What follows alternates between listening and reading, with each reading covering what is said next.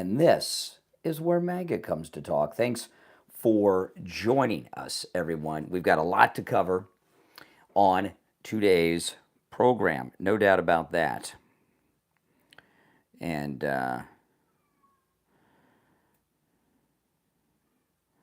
we'll be live on the air in about 5 minutes or so. And I almost don't know where to begin, but I'll figure it out. I always do.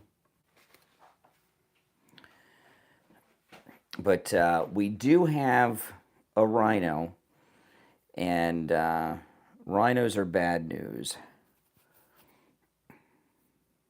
Oh yeah, there's no getting around it. Anyone that Trump puts up for any job should be approved by every Republican, no matter what. And if you're a Republican and you're opposing anything Trump does, you're not a Republican. You're a rat. A rat is a Republican against Trump. Republican against Trump. That's right. That's what a rat is. You know, people say rhino. Rhino's too nice, right? I think rhino is just way too nice. I like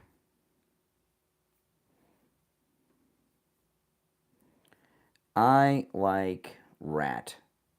Republican against Trump. That says it better than anything else can, right there. Republican against Trump. Because that's what they are. And that's all they are. Plus, I don't trust anyone named Tom who spells their name Thom. That's just always been weird to me. You know what I mean? Welcome, everyone. If you're new, this is where MAGA comes to talk. I'm just doing a sound check. This is where MAGA comes to talk, no doubt about that. So make sure that you subscribe.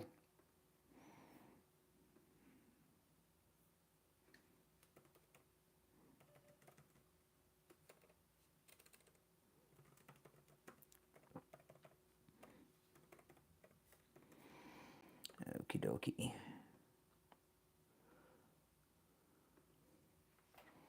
Welcome, everyone. Yes, if you want to call in, the number is pinned to the top of the chat.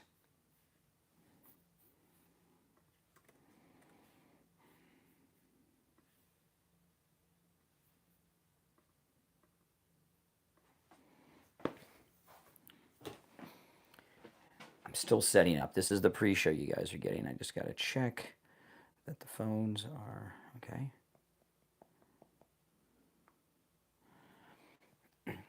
Always got to check the phones before we go live.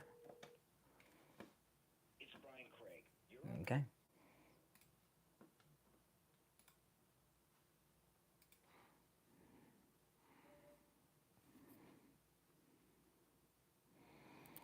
Okay.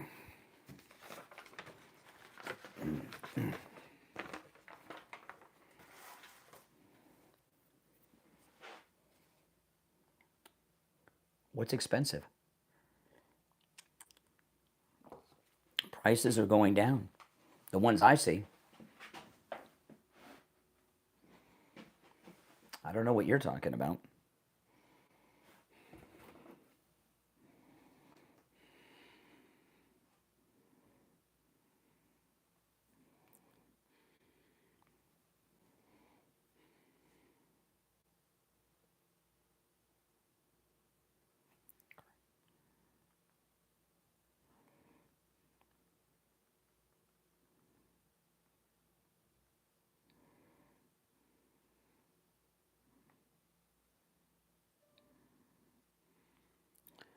Just checking a couple things here.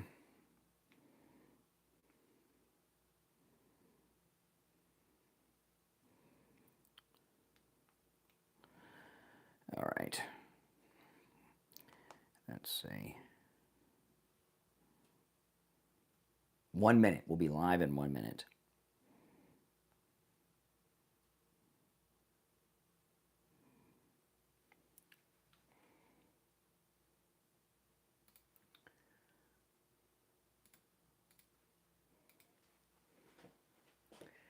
Welcome to the program, everyone. My name is Brian Craig, and this is where MAGA comes to talk. And we have a lot to cover on the program today, including our rhino problem. Okay, 20 seconds. We've got a big rhino problem. And we're going to get right into it. I got a lot of articles here. Stand by.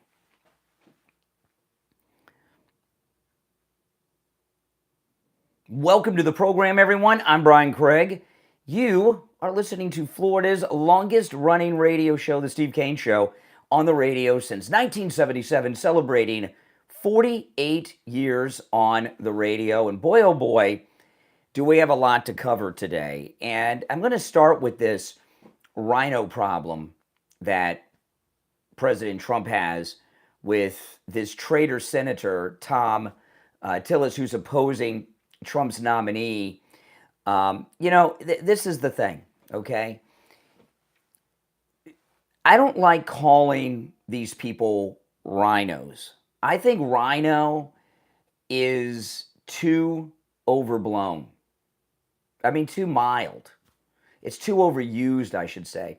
Rhino is so overused, it goes in one ear, out the other. And I know rhinos are mean and, can be deadly and all that stuff, but rhino is just too mild, I think. I like calling these Republicans who betray Trump, I like calling them rats. Republicans against Trump, rats. Because this guy's a rat. Any Republican that opposes anything Trump wants to do, whether it's an appointment or legislation, they're a traitor. That's it. When this campaign started, and by the way, Ed Martin, there's no reason to oppose Ed Martin. Trump's nominated him to be the top prosecutor at the D.C. office, okay? And usually I wouldn't get bogged down on a U.S. attorney appointment. However, this one is very, very important because the United States prosecutor for the District of Columbia, they're in charge of the lawfare office, right? They're at the bottom of the swamp there. The lawfare people all coordinate through that office. It's the most important of all of the U.S. attorney offices in the nation. And Ed Martin, who's been running it with this, kind of like a temporary appointment, he's been a strong supporter of President Trump. No one questions his loyalty to President Trump. He, as an attorney, defended some of the J6 hostages, people who were being denied their constitutional guarantees. Liberals are talking about the Constitution all the time. How many J6ers had their constitutional rights totally ignored, right? So in the darkest of days, Ed Martin stood by Trump, stood by MAGA, stood by the Constitution of the United States. And every once in a while, these rhino rats get smoked out. And that's where we are right now. Now, this is an article from NBC News. Let me pull this up. And, because it's NBC News, I understand there's going to be some liberal phrasing and things throughout this news story. But I want to use this one because it's being widely reported, but they got some details. Senator Thom Tillis, traitor Republican, fake MAGA, rat, Republican against Trump, rhino, Republican in name only, and senator from North Carolina said he wouldn't support Ed Martin, President Trump's nominee for the U.S. attorney for the District of Columbia, most likely blocking the path to confirmation because he's so aligned with the J6 prisoners. He's represented some of them. Tillis said yesterday, I've indicated to the White House I wouldn't support his nomination. Tillis is a member of the Senate Judiciary Committee, and of course, all the Democrats are going to oppose. They only need one Republican to oppose to stop it from advancing, and that's what he's doing. Sometimes they'll let, both parties do this sometimes. They'll let a Republican vote with the Democrats if it doesn't matter and they can still get the vote through, like a tiebreaker with the vice president, J.D. Vance, or there's enough senators to do it. But in an instant like this, there's no excuse for it. Tillis is a member, this traitor Republican, of the Senate Judiciary Committee, which is overseeing Martin's nomination. The panel has 12 Republicans, 10 Dems, meaning if all members, aside from Tillis, voted along party lines, the vote on Martin would end in a tie and his nomination would not be sent to the full Senate. So he voted when he didn't even have to. Trump's nomination of Martin, who's NBC calls a longtime right-wing activist, has been the interim attorney there since Trump appointed him when he came into his second term on Inauguration Day. They say he's raised major concerns with alumni of the office, which prosecutors both federal and local crimes in Washington. Tillis says he has concerns about Martin's involvement in the defense of people who breached the Capitol on January 6th. Okay, here's the deal with all of that. Attorneys represent the worst of the worst. And I have never, until Trump had attorneys, until there's MAGA attorneys representing either the president, and I mean President Trump, or J6 defendants, I've never heard anyone in the media, in politics, question someone's qualifications for a U.S. attorneyship, a federal judge appointment, or anything based on clients they represented. And attorneys represent murderers, rapists, and all kinds of terrible people that do the worst of the worst. But we have a system in this country where everyone in America, except Donald Trump apparently, and J6 defendants, have a constitutional guarantee that they are presumed innocent until proven guilty in a court of law, and they have a right to fair representation, to representation. Have you ever heard lawyers say, well, that lawyer can't have that job because he represented a murderer or some other terrible crime? Never. But if you're a MAGA attorney and you represent President Trump or you represent J6 defendants, you're unqualified to hold office? I've never heard of that before. Have you? And, you know, one of the reasons that J6 prisoners had their constitutional rights violated, and one of the ways they did this was by intimidating attorneys so that they wouldn't represent them like Ed Martin did. See, if you are one of the top tier attorneys with these big Washington law firms, they let it be known that if you represent President Trump or the J6ers, you're not going to work in this town again. So President Trump was in a different situation and could still get top tier counsel, but his first picks he didn't get, remember, some of them. And J6ers, I remember noticing this because, you know, Newsmax had a lot of the attorneys on for J6 prisoners when this was all going on. And you could tell by watching these attorneys, they weren't Washington insiders. And you need these Washington insider law firms because they know everybody at the D.C. courthouse, the D.C. federal courthouse. They know everybody that works in these offices. This is how business gets done. J6 defenders had to hire outside attorneys. And when I would see some of them on television, you could tell by the suits they were wearing, they're not these top tier New York, D.C. lawyers. They were wearing suits like, you know, cheap suits that you buy off the rack. And I'm not saying think something's wrong with off the rack suits. I don't get suits tailor made. When I buy a suit or a sports coat, I go to Men's Warehouse and then I'll pick it out, then they measure me and then they'll send it off and have it altered. I don't buy tailor-made clothing. But when you are going up against the federal government on these J6 charges, you need the tailored suit attorneys, okay? And they couldn't get them. And look what's happening. They're telling Martin that because he represented J6 prisoners, he's unqualified to hold public office. The people that attorneys represent are the lowest of the low so often. And if you're an attorney for Trump or an attorney for a J6er, it's as if you're guilty of whatever crimes they want them to be guilty of, even if they're acquitted or pardoned, right? What they're saying is, in effect, that if you represent a drug dealer, you're a drug dealer. I've never heard of anything like that before. The sins of your client, even if they're not sins and just accusations, you're guilty of. And opposing Martin, I don't know if we've ever talked on this program, the longest running radio show in the state of Florida, if we've ever talked about an individual U.S. attorney appointee before, and if there's ever been a controversy with one before. None come off the top of my head. Okay, there's been issues where like a bunch have been fired. Alina Habba got that appointment, but I'm talking about like a controversy where Republicans stood up and said this cannot be allowed. This rhino fake rat Republican, we can't allow this.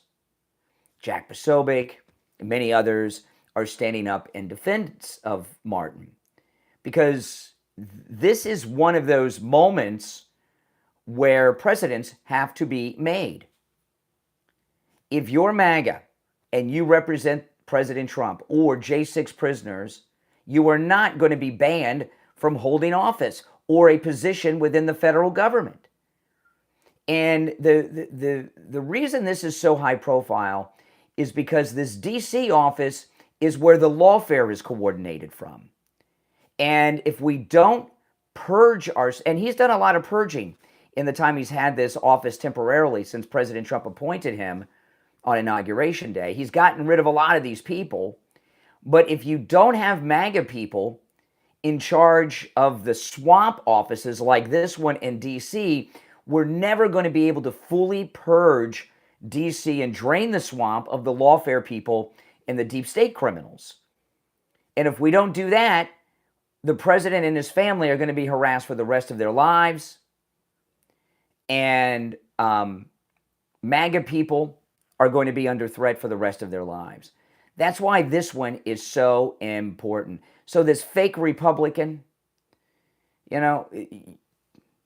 is the lowest of the low, what he's doing. All right, we're going to take our first break of the day. My name's Brian Craig. Our number is toll-free, 1-888-465-2631.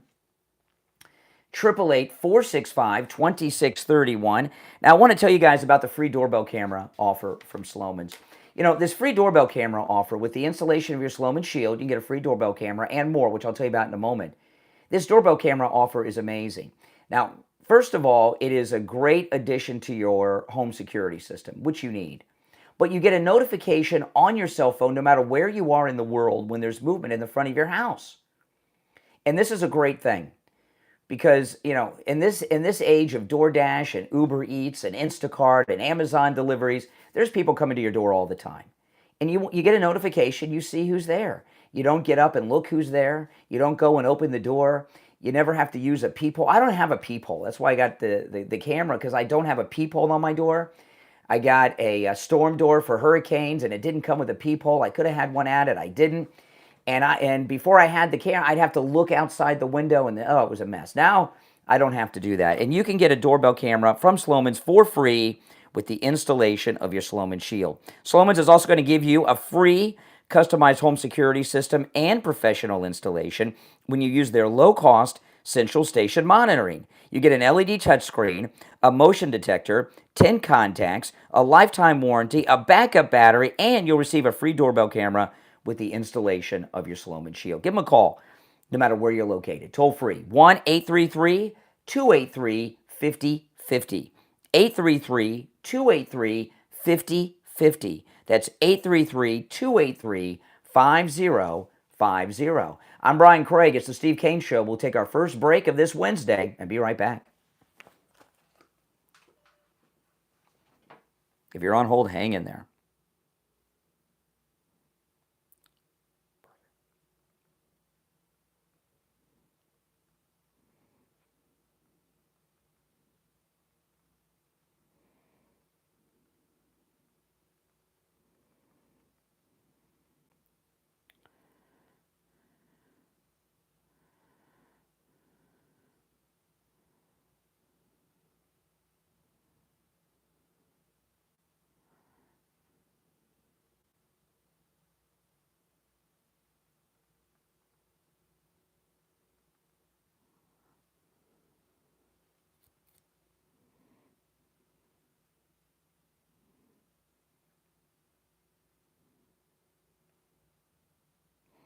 Okay, we'll be back shortly, guys. If you're on hold, hang in there.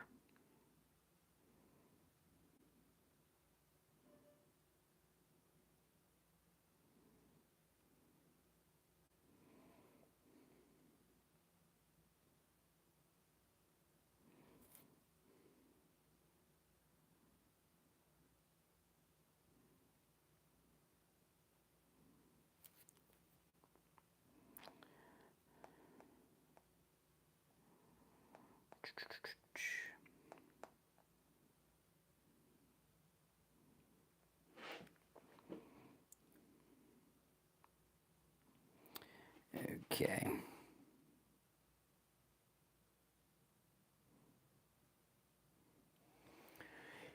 If you are new, make sure that you subscribe, guys, all right? This is where MAGA comes to talk.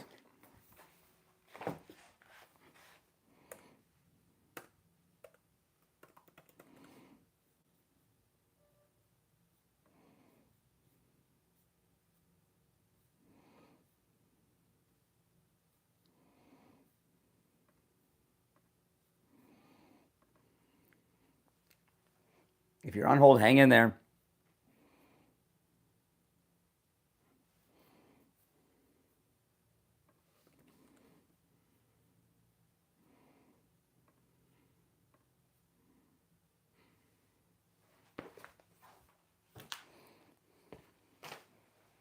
Yeah, I just got this hat in the mail yesterday, along with my Gulf of America hat.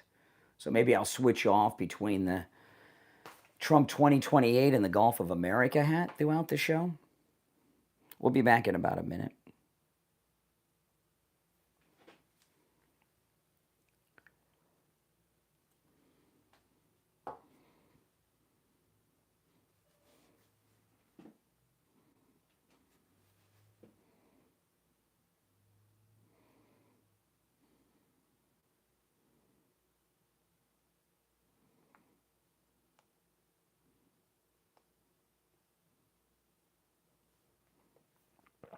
Less than a minute, we'll be back, and I will go to the phones. If you're on hold, hang in there. Absolutely. Yeah, this is a very well-made hat, too. You know, all this weight I've lost weight in my head, too.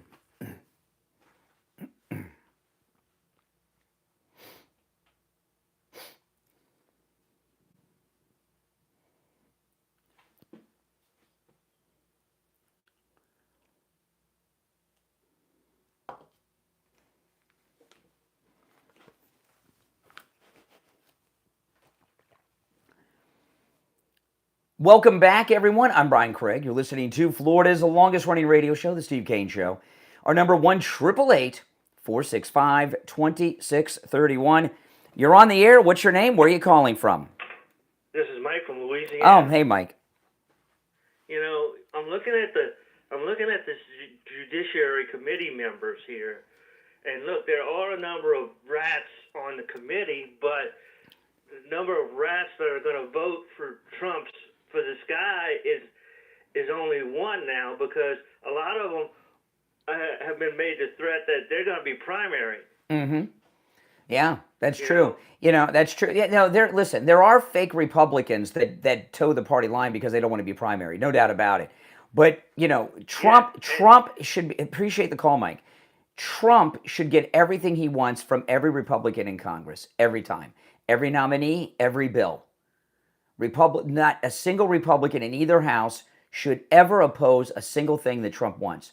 And that's the way it is. Now, yesterday, I got in the mail from the official Trump store 2 new Trump hats. I'm wearing right now my Trump 2028 hat. And I also got my Trump Gulf of America hat. And I'm so impressed with President Trump because, you know, he handed these hats out at a cabinet meeting, and my wife actually ordered them for me instantly, like during the cabinet meeting, but they were sold out, and they were on back order, and here it is, I don't know, a little more than a week later, and I got both of them in the mail yesterday, and of course they're made in the USA, And everything that Trump makes is of such high quality. These hats are so high quality, they're going to last me forever. They're collector's items. And I love these hats. And it's amazing when he sold out and they're on back order, how fast he got these high quality hats made and out to people that ordered them. And I point out, it goes to the competence of President Trump, right? He is the most competent person ever to be the president of the United States. And coming from the private sector, results are required or you're out of business. And he got these hats, boom, out there quick. And these are, and I highlight how high quality they are, the quality material, the stitching, the writing is stitched in, very high quality. The stitching on the seams of the hat itself, very high quality. These hats are not quick to make because of the high quality nature of them. And to have them out when they were sold out so quickly, that's who you want to be president. Somebody that is that on top of it and gets things done just like that. Now, did you guys watch this weakling Prime Minister of Canada, Connie, with President Trump yesterday in the press conference? Oh my goodness. I watched that whole thing, and that guy was terrified, wasn't he? He was absolutely terrified to be there next to President Trump. He was squirming in his seat. He could hardly sit still. He rarely spoke. And Trump just steamrolled him and showed him who the boss was. And, Trump has met with a lot of foreign leaders. And I've noticed some of them, I know they're nervous because he's a larger-than-life figure. He's a historical figure. He's the most famous man in the world. And I get that. But usually when I see the foreign leaders at all nervous, it's because there's so many people from the press there, like Meloni from Italy. She had a great thing. And then when the press started barking, and they get nuts. They're like wild people screaming. She jumped back a little bit. But Connie, the Canadian Prime Minister, was actually terrified of President Trump, and you could see it. He was practically shaking. He couldn't even sit properly in the chair. It was so bad, even he referenced the way he was sitting.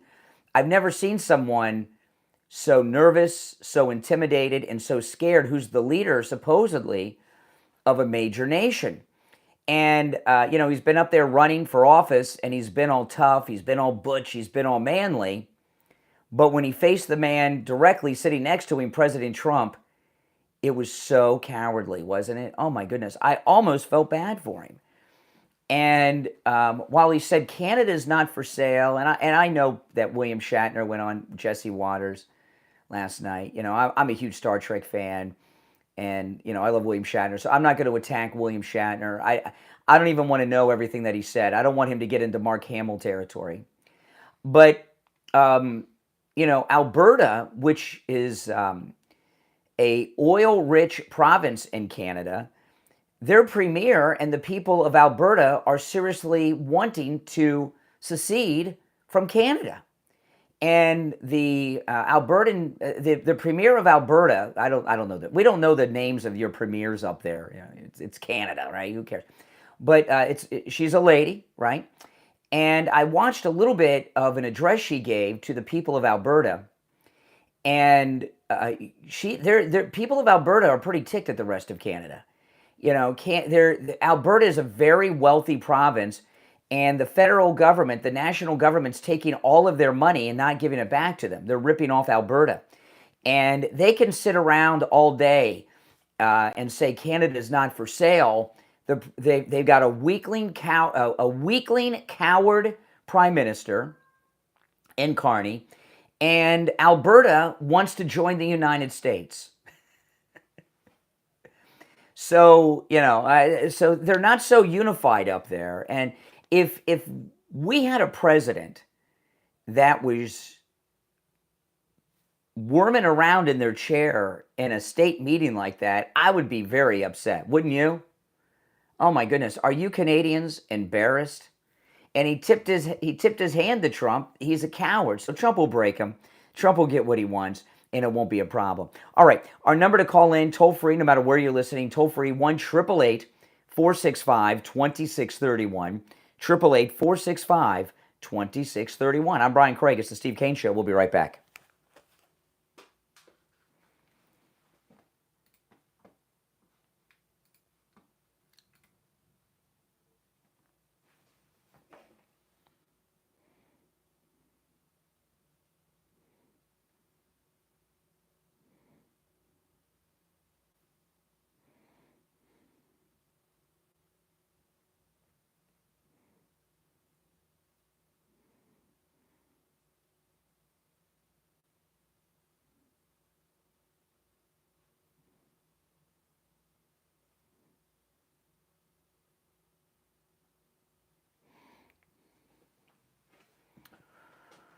All right.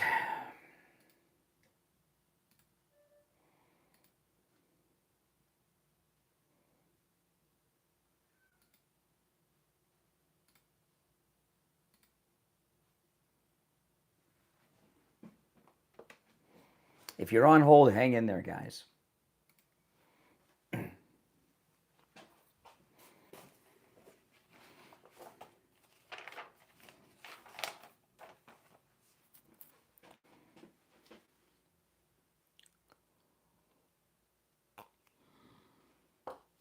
Mm-hmm.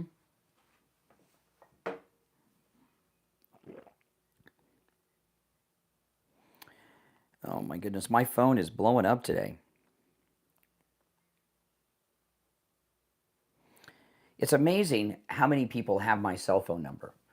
You know, I changed my cell phone number a few years ago because Liberal Al had my old cell phone number, and I had that number for years, and it was such a great phone number. The last four digits were the best. It was the best phone number I ever had. It was the easiest number to remember in a day and age where you don't remember phone numbers. And Liberal Al had gotten a hold of my cell phone number and had me on every call list you could imagine. And I got like 2,000 calls one. It was crazy. And so I had to get a new cell phone number, which you hate to do, right? And I thought I kept it really private. And so many people have that number. I get text messages constantly. Now, a lot of people that text me, of course, I don't mind. But some people are like, how does that person have my phone number?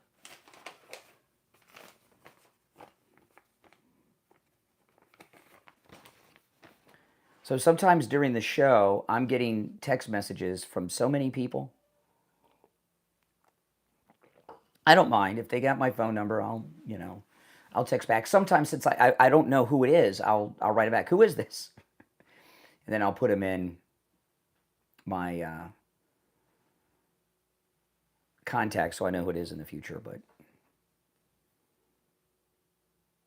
now I'm not going to say what my old phone number was, but it was such a great number.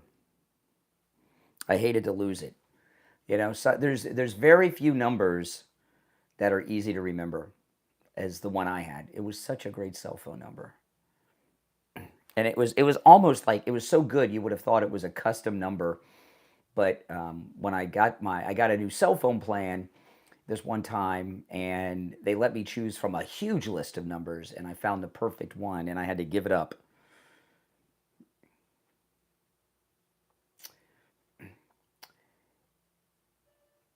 Actually, it's the Steve Kane Show. It's they have renamed the show to the Steve Kane Show with Brian Craig. I mean, they Steve wanted me to change it to the Steve Kane and Brian Craig Show for years, but I just, I was always resistant to that. And then they kind of forced me into the Steve Kane Show with Brian Craig. But the Brian Craig Show podcast is on all podcast platforms, which is a separate show I do. You guys should check that out.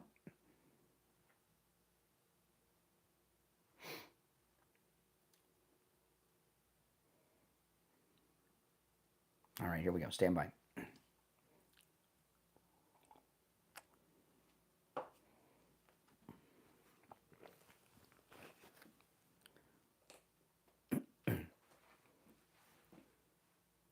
Welcome back, everyone. I'm Brian Craig. It's the Steve Kane Show, Florida's longest running radio show. And we're talking about this sewer rat, Republicans against Trump, and that's opposing President Trump's pick to be the United States Attorney for the District of Columbia. You're on the air. What's your name? Where are you calling from? I'm Ed, and I'm a Florida cracker. Okay. Oh, am I on the air? You're on the air, yeah. All right, sorry about that. Are we allowed to speak about something if we're unhappy with something that Trump is doing? I don't know why anyone would be unhappy with anything Trump is doing, but yeah, I'll listen. Okay, if you watch that Tucker interview with Catherine Austin Fitts, which she is fabulous, everybody should watch her. Is that the one where the woman said that? Is she the woman who said they have the underwater chambers? Okay, yeah, okay. I just want to. Fitts is one of the most credible people there are, and the underground bases we've known about since the '90s, and that's junk. I don't care about the underground. Okay, well, hold on a second. My phones are ringing off the hook, so I want to answer them all. Hold on. Okay. 1 second. Okay. All right. So go ahead. So what's your beef with Trump? In 2018, the White House, all the Republicans and all the Democrats adopted a Statement of Federal Accounting Standards 56.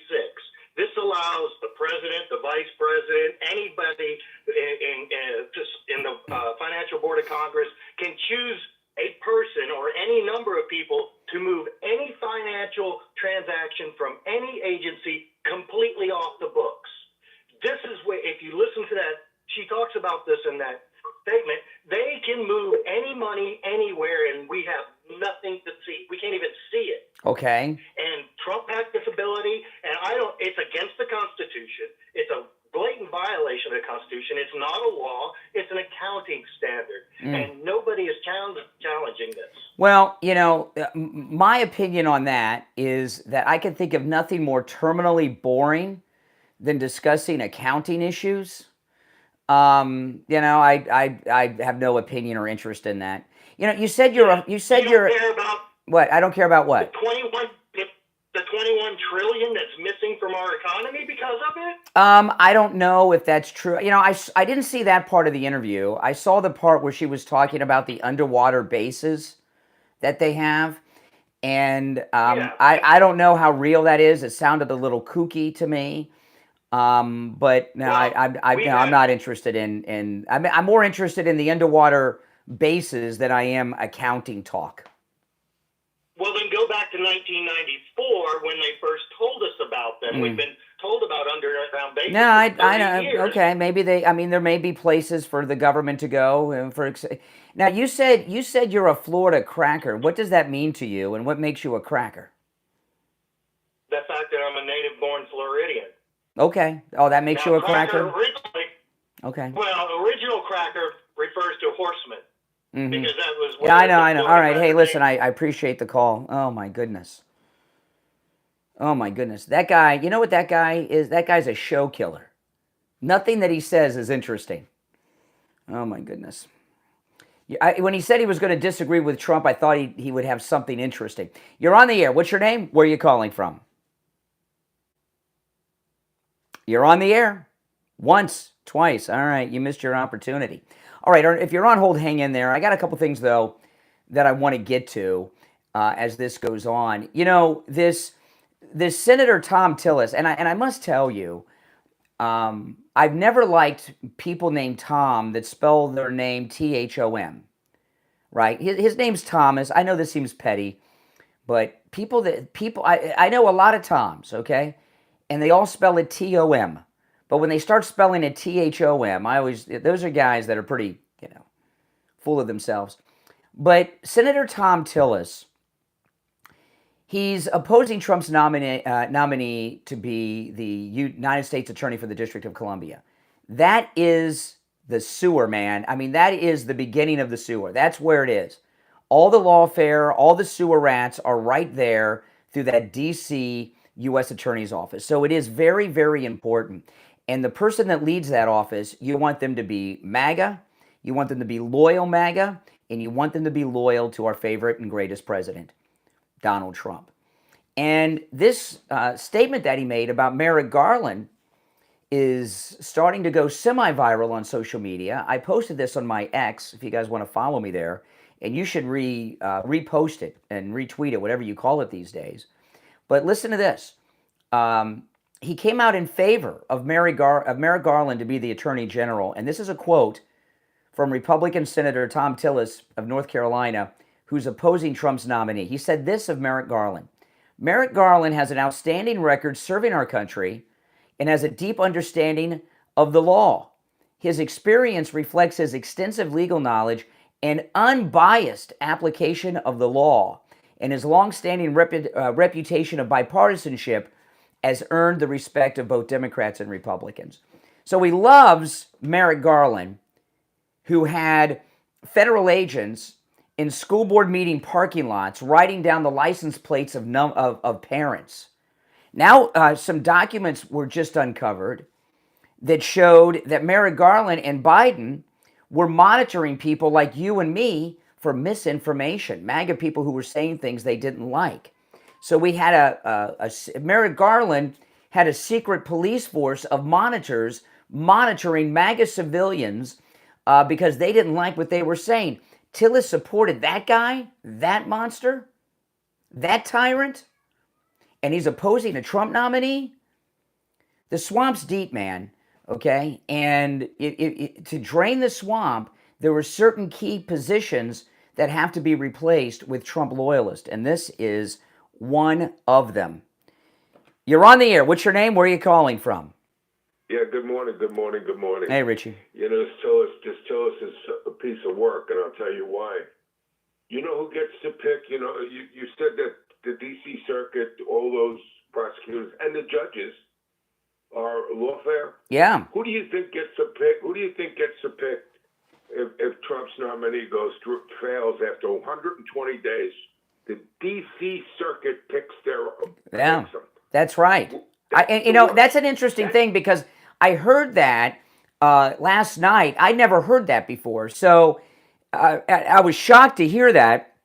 So they're running a scheme so they can get a swamp creature in that spot. Right, and that swamp creature will be temporary until they can get a nominee through, which, you know, they'll keep on turning nominees of Trump's down. And the midterms are an unknown. They're going to keep turning them down, and the midterms are an unknown, and it's a big deal. It is. I mean, this is the biggest turncoat, and I blame the people of North Carolina that put this guy in there.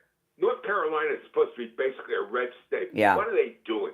Yeah. I mean, the people vote for these creeps. Well, this is why, when I talk about Ron DeSantis, right?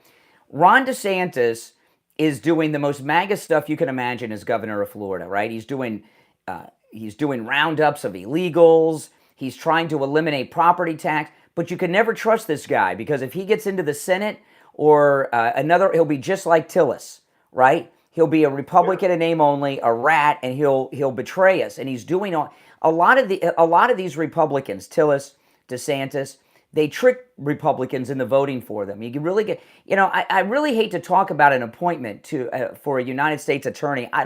It seems so inside baseball, but this is like the head of the snake. It's so important. Yeah, and the snake is going to pick the next prosecutor, which tells you everything you need to know. And Tillis is right involved in it. He's more than just, he's a deep state. He is right there. Him and Langford and a whole bunch of them. That's right. And if Trump doesn't get to put somebody of his own in place, whoever they bring in is going to hire back all these people that he fired. Exactly right. You're talking about everything that Trump has tried to do. It's been tried to block from that D.C. circuit in Washington. Yeah. Can you imagine this? Yeah. Can you imagine a prosecutor that he can't even pick? They're going to have their own guy in there? That's correct. This is ridiculous. No, this is. I know. It seems like a small thing to a lot of people, and this is not. Very big. This is not the normal thing we would talk about with a. This is like. But this is not the U.S. attorney from the Southern District of some state out west where nobody lives. Okay, this is where the lawfare is born. Is through this DC system. This is where Trump's agenda gets stopped. That's if right. This happens. Well, Richie, we're both going to agree 100% with each other on that. All right, 1-888-465-2631. You're on the air. What's your name? Where are you calling from? Good morning. Yes, speak up. Oh, hey, it's Joan from Tampa Bay. Hey, Joan. How you doing? I'm doing well, Joan. How are you? I'm good this morning, thank you. I'm going to get communion today, so I'm really happy Awesome. about that. Awesome. Yes. So anyway, did you hear about Shifty Shift? What's the latest? The latest is he claimed homestead in Maryland and homestead in California. Oh my goodness. He's got homestead in multiple states. That's a crime.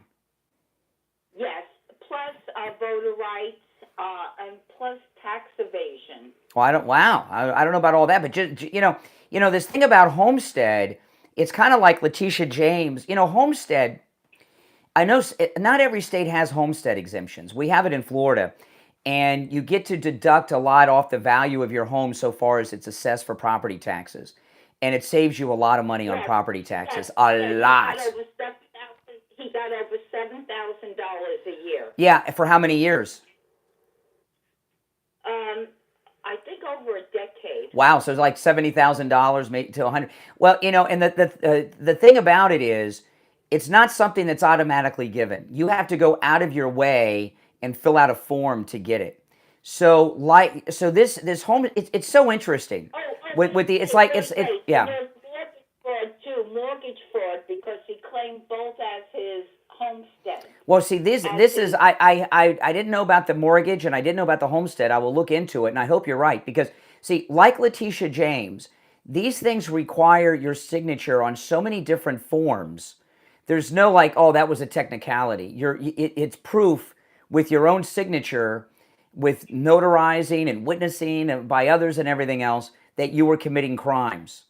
And it would be nice to get some of the, you know, Pam Bondi had a great press conference yesterday with the fentanyl arrest. It was the biggest fentanyl seizure in history. However, I was really hoping for an indictment of Letitia James or something, you know?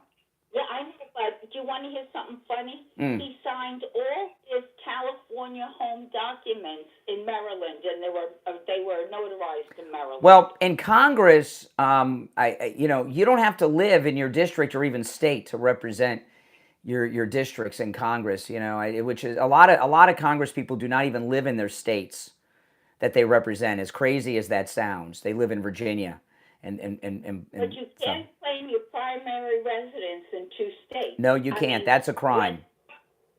When Trump moved to Florida, he ended his New York relationship as being his primary residence. That's true. That's true.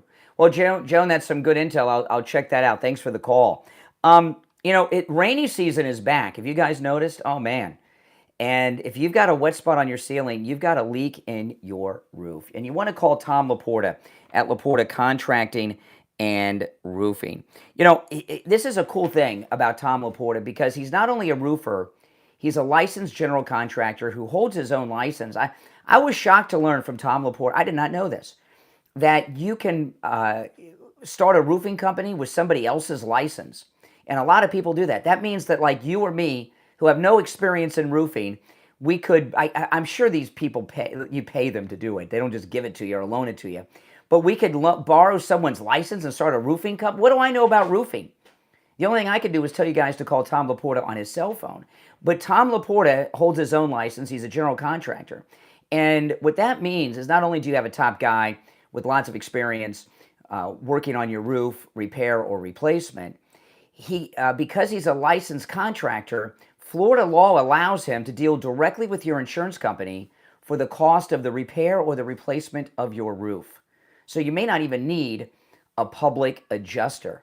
And if you want, I know, isn't that something? You know, some people actually hire attorneys and have to pay attorneys to deal with or think they have to pay attorneys to get their insurance claim. Tom Laporta, since he can deal directly with your insurance company, very good chance you could save all of that hassle and expense. He services both the east and west coast of Florida and everywhere in between.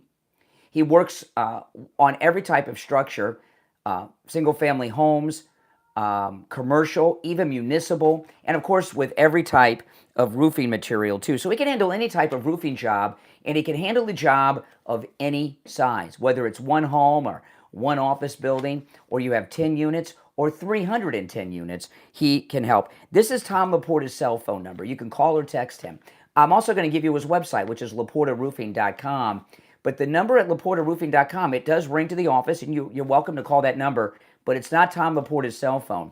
Reach the owner of the company directly. Give him a call or text, 954-604-4602. 954-604-4602. And remember, Tom Laporta will never sell you a roof you do not need. If you just need a simple repair, he'll do it. 954-604-4602. And online, laportaroofing.com. We'll be right back.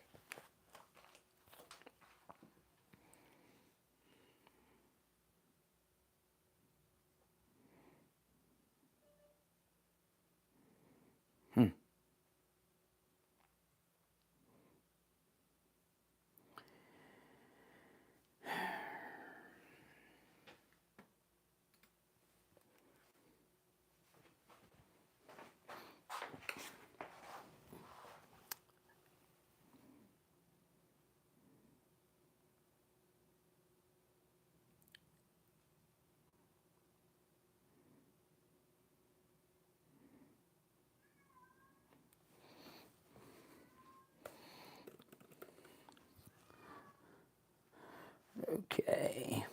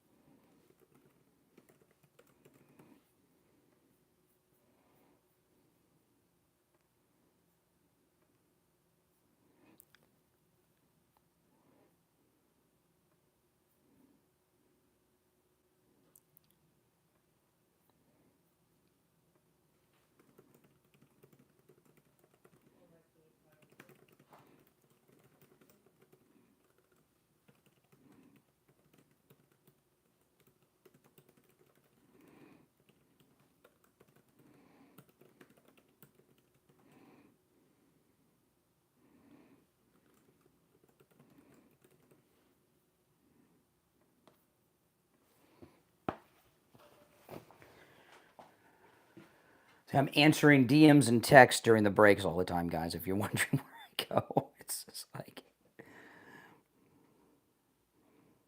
I try to answer as many DMs as I can from people and things. I know I cannot answer them all, but I do read them. Even if I don't get a response, I do read your messages when you DM me on either Instagram or X or, something like that.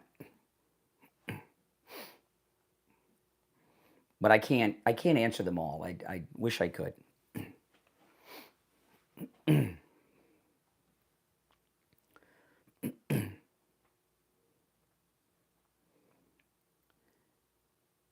Welcome back, everyone. I'm Brian Craig. It's the Steve Kane Show, Florida's longest running radio show, on the radio since 1977. The left are, they're all of a sudden, they have all this obsession with the federal courts and the Supreme Court and the Supreme Court rules, and they're the supreme law of the land and all this stuff. And President Trump won a major victory in the Supreme Court of the United States. And for that matter, not just President Trump, but the man who I think is probably the best Secretary of Defense this country has ever had, Pete Hegseth, also won a big victory. And the Supreme Court upheld President Trump's transgender ban for U.S. military personnel.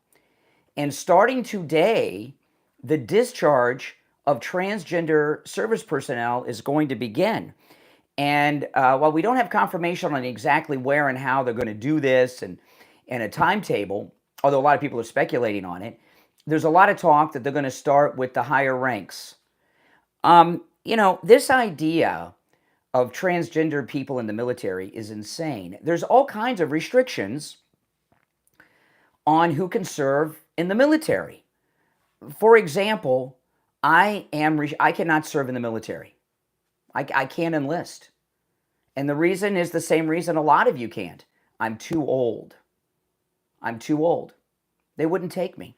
I mean, for them to take people my age into the military, there would have to be a full-scale land invasion by an army, and we'd have to be losing the war. And we'd have to be out of troops before they would take someone.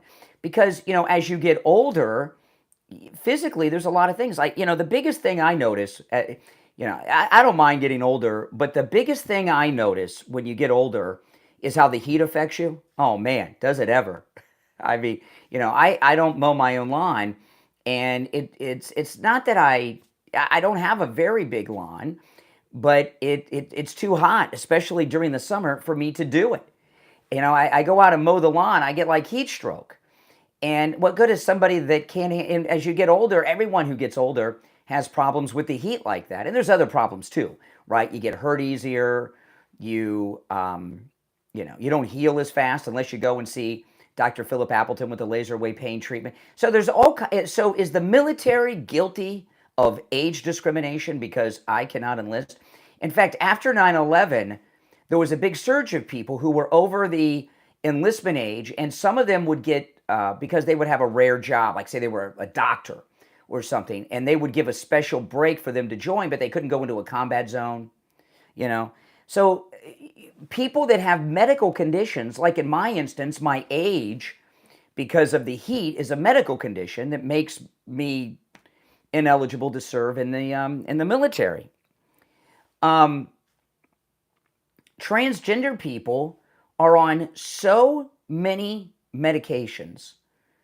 You cannot be on that many medications for anything and serve properly in the military.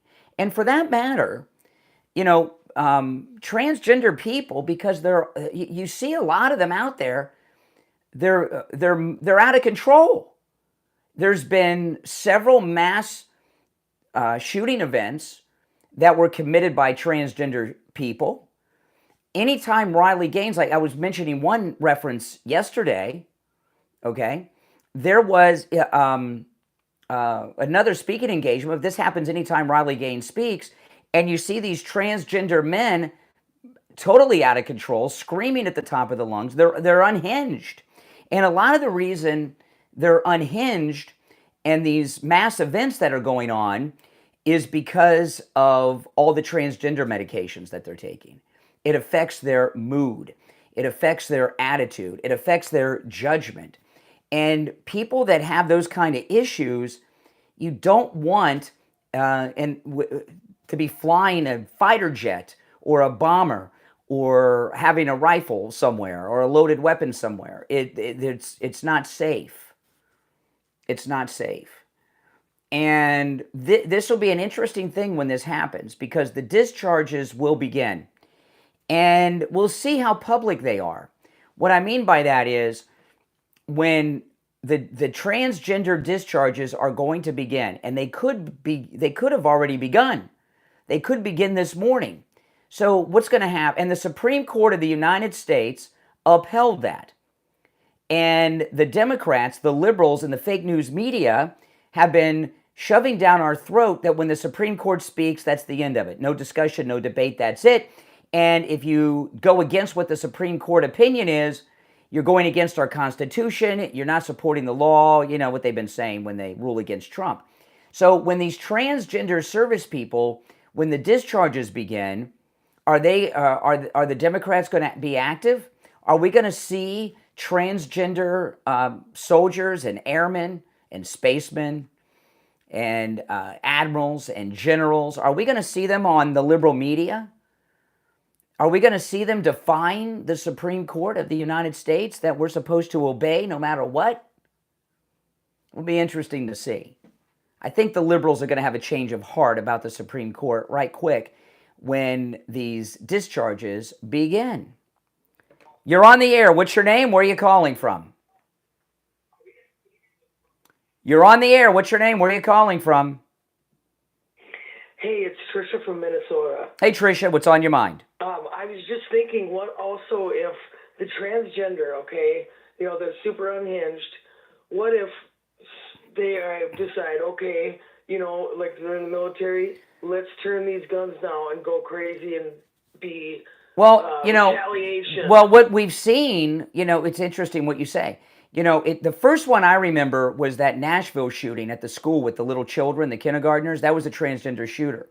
There's been multiple transgender mass shooting events, okay? And there's a lot of unhinged mood problems. And you don't want people like that to have military weapons. Yeah, absolutely. And the mainstream media totally covered that up, that it was a trans person. Correct. The last one of them. Yeah. No, you're absolutely correct. They don't want that to be known, right? You're exactly right. They don't think about this either, is that some of the deployments are in places where it is completely dangerous. You get thrown off a building for being gay. I mean, so what are they going to do to a transgender soldier? I mean, Trump is also protecting the trans. And another thing is, the military, one of the big deterrents of the military is people having fear of it. And guys in dresses that are colonels and admirals and generals doesn't send fear through the people that need to be fearful of our military. It makes us look weak, and it can, just that alone can cause wars and get people killed. Listen, I got to run for the top of the hour break, but you made some good points. Yes. All right, thanks for the call. All right, if you're on hold, hang in there. It's the Steve Kane Show. I'm Brian Craig. Our number toll-free, no matter where you're listening, 1-888-465-2631. 888-465-2631. 1 hour down, 2 to go. We'll be back right after our top of the hour break. Don't go anywhere.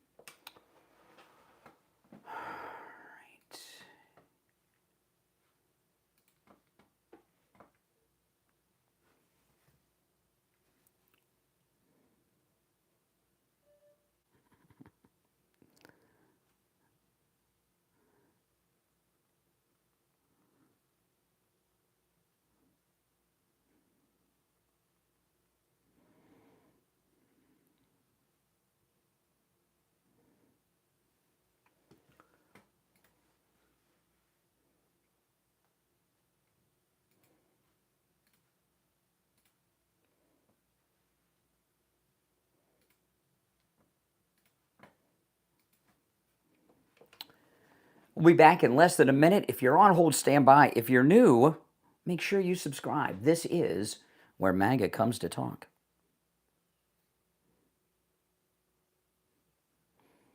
And I'll go to the phones when we get back.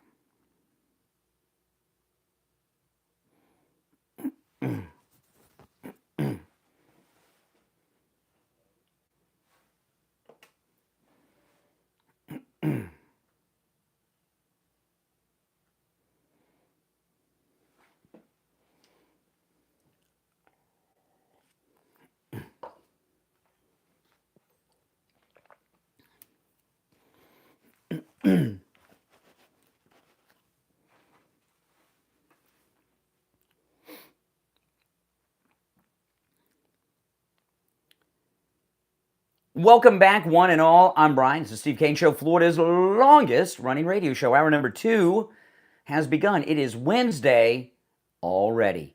All right, let's go back to the phones. We covered a lot in the first hour, so before I recap or bring anything up, I'll take a call or two. You're on the air. What's your name? Where are you calling from? You're on the air. Once, twice. All right, you're out. All right, let's go. You're on the air. What's your name? Where are you calling from? Good morning, Conservative Doug. Oh, hey, Doug. What's up? I'm hearing that. Wait, give me a second, Doug. Hold on. Yeah, I got to tell. Oh, hold on a second, Doug. Hold on. I got so many calls coming in. It's crazy. All right, go ahead, Doug. Okay. Besides Tillis, I heard there's 25 Republicans, including Mitch McConnell, who want to keep the wasteful spending, and they're going against everything that President Trump wants to do. So there's more than just one. If there's 25. These guys got Listen, voted there's out. a lot of Republicans that don't like Trump that are pretending to be MAGA, okay? But they're afraid to oppose MAGA. So, there's a lot of that. But the last few times I've seen Mitch McConnell, he's less coherent than Biden, right? Yeah, that's for sure. I'm telling you, I talked to some people about that yesterday. So there's 25 Republicans, and well, that's just the way it is. This is what some people. No, it's not the way it is. See, the President Trump is not a normal president. Okay, this is the greatest political movement of any of our lifetimes. I often refer to President Trump as a civil rights leader. He's leading the American people, all of us, not just a particular group. He's leading all the American people to freedom from the bondage of the deep state and the permanent Washington class. And when President Trump wants something, if you're MAGA, you give it to him. If you oppose him, you're fake MAGA, you're out. And that's the way it is. Trump is entitled to get anything he wants through the Congress, whether it's an appointment, a nomination, legislation, a treaty. He is entitled to get everything he wants. Now, I don't mind if they got enough votes and they got some Republican that's in some left-leaning district and they vote against him, but we can still get it through. But what you're doing when this Merrick Garland lover, okay, Tillis is doing from North Carolina, and you stop the whole process in committee, that's another deal. Yeah, man, they don't want that Washington to have somebody that's going to go along with everything Trump says. So they're going to do everything they possibly can.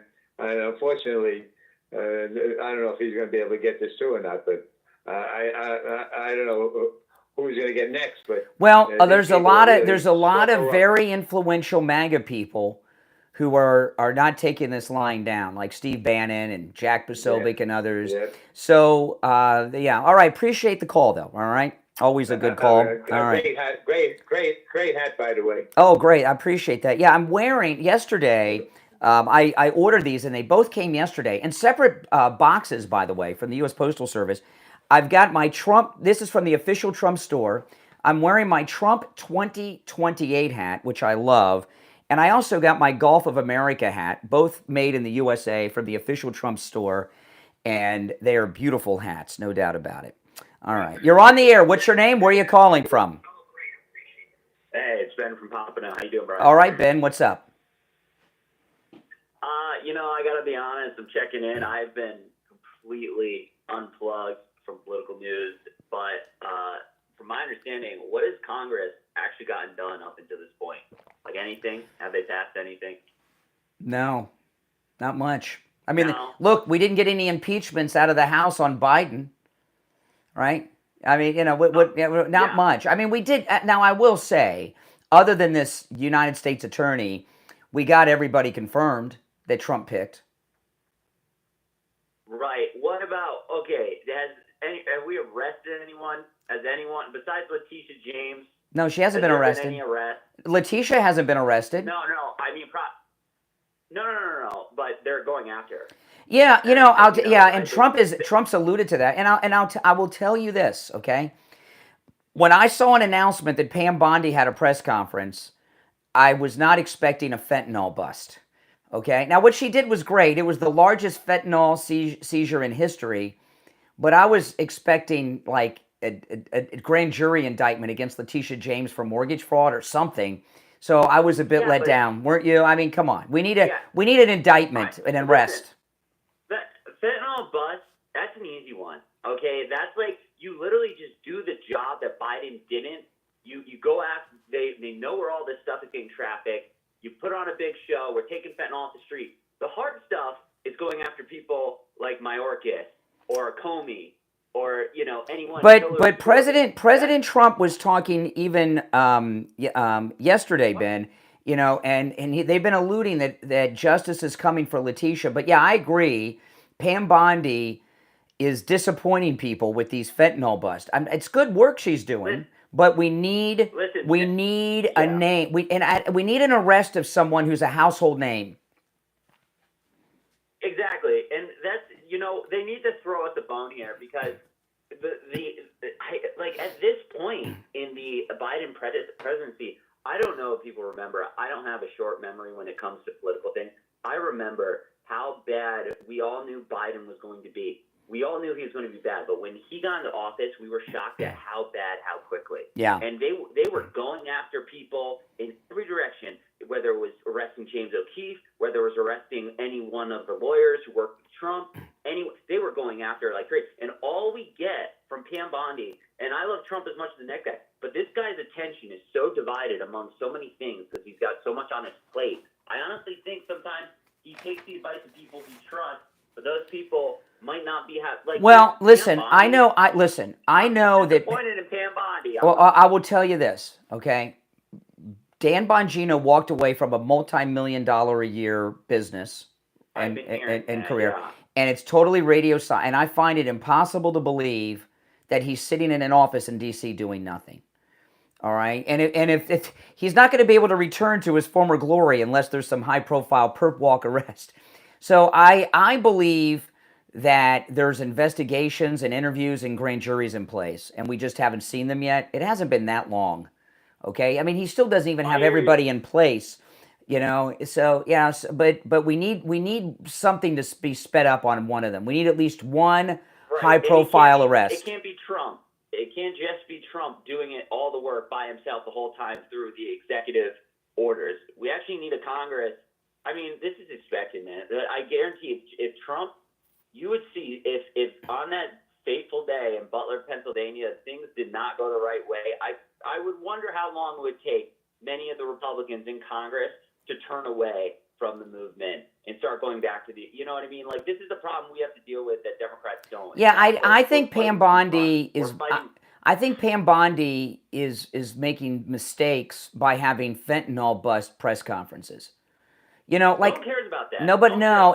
What it does, it ticks people off. And like Kristi Noem, when she goes into those busts, or Tom Homan, that's what people want to see. We want to see an indictment against any of the Fannie, Willis, one of these household name lawfare people. We need. You got to throw some meat to us. Yeah. Right. Do what the Democrats would. If just play a thought experiment. If the Democrats were in power, what would they be doing right now? And let's do it in reverse. They would be arresting us. They raided Trump's. I don't understand how. And by the way, it could be something like involving Ilhan Omar's falsified immigration documents when she came into the country. We need something to show that they're doing something against the lawfare people. We need it. Yeah, I know, because you know what,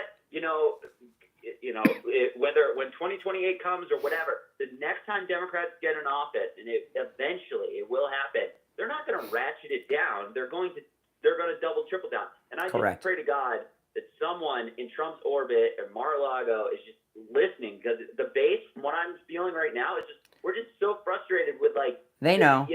We were expecting a lot more. We were expecting a lot. I know with some of these people, they're so embedded in Washington, there's complex cases. However, Letitia James's mortgage fraud, that is the one I always talk about, low-hanging fruit. You've got a lot of documents with her signature that are clearly fraud, saying her father's her husband and things.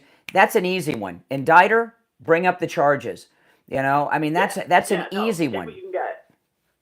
Right. Take what you can get. And you know what? It doesn't even matter what it is, because what they did with Trump I mean, they literally would just take the smallest thing that in most circumstances. MAGA people are very impatient about this. I mean, we all are. You know, to say we're not. I'm actually being friendly about it because if I were to express how I really feel, like it, you know, I don't want to bring the show down, but it's infuriating that like this is the best we have.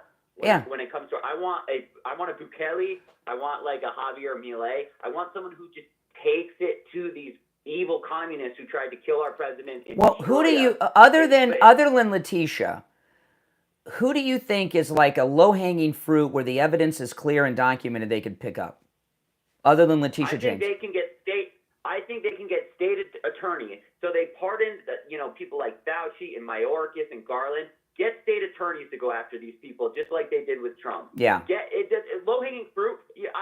I'll tell you one thing that's a very easy thing to do too, is General Milley could be demoted.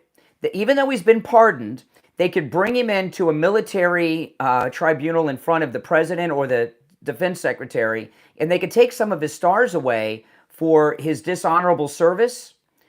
Something. We need something. And Marshall, anything. Listen, the fact is, Democrats can figure it out. They can find someone who's completely innocent, like Donald Trump, and figure out a way to make his life like absolutely miserable. Why can't we do the same? There's so many mechanisms and so many routes and so many lawyers and different laws that you can apply to do exactly what they did to us. I don't understand why.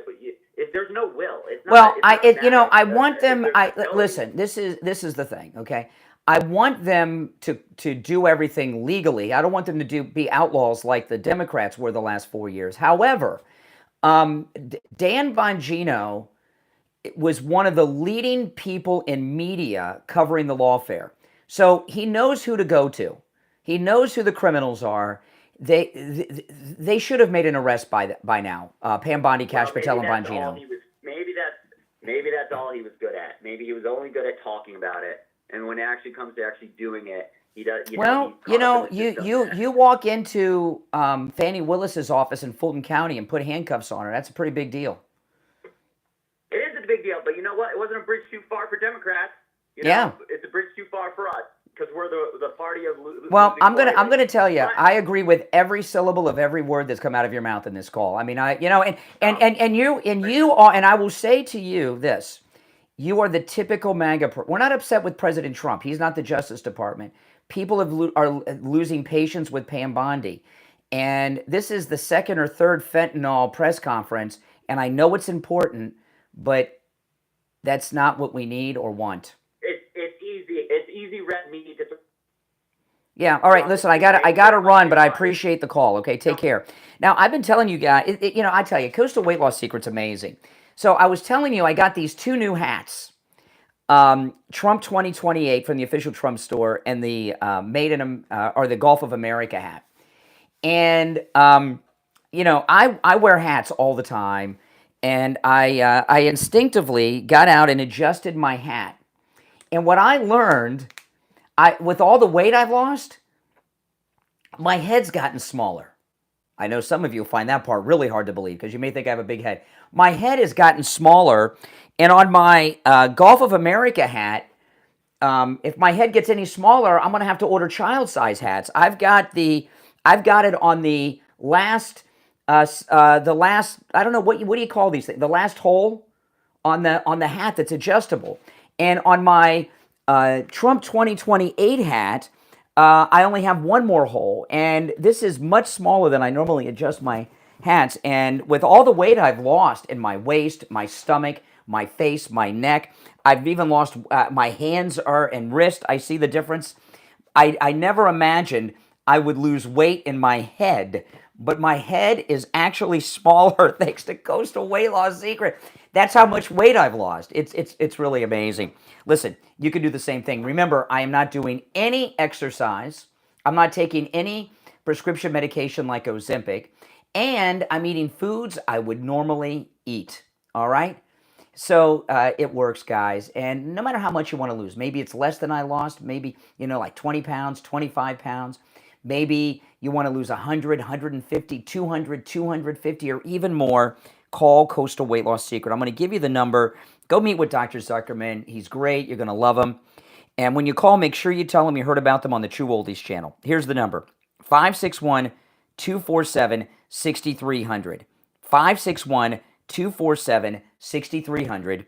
That's 561-247-6300. And online, coastalweightlossecret.com. We'll be right back.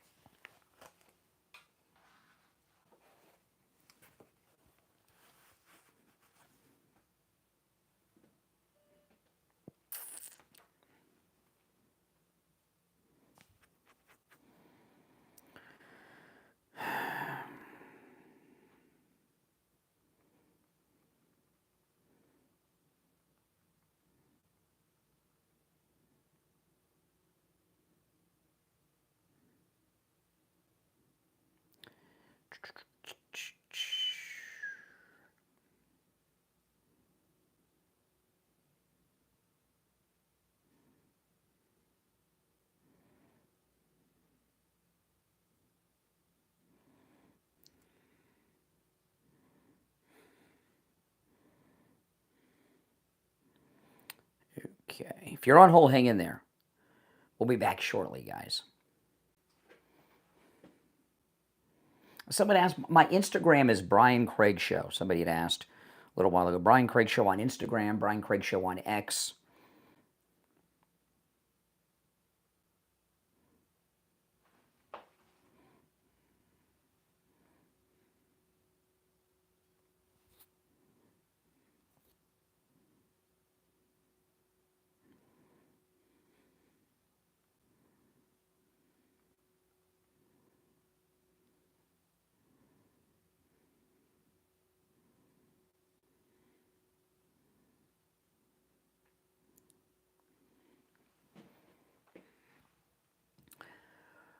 That was a great call. I agree with Ben from Pompano. I mean, that is most definitely how MAGA people are feeling.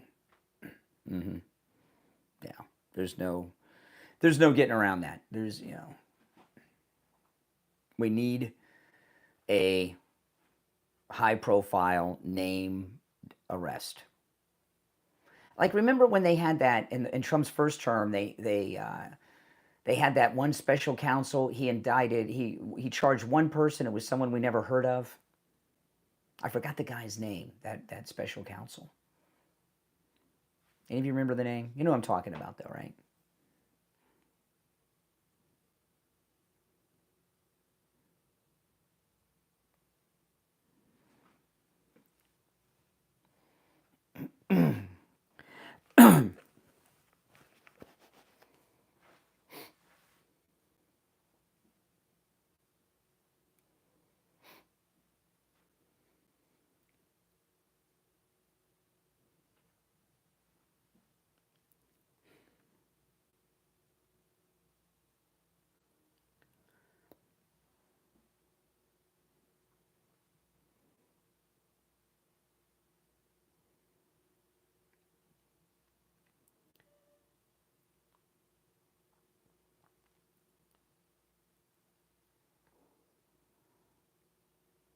Welcome back, everyone. I'm Brian Craig. You're listening to Florida's longest-running radio show, The Steve Kane Show. You're on the air. What's your name? Where are you calling from?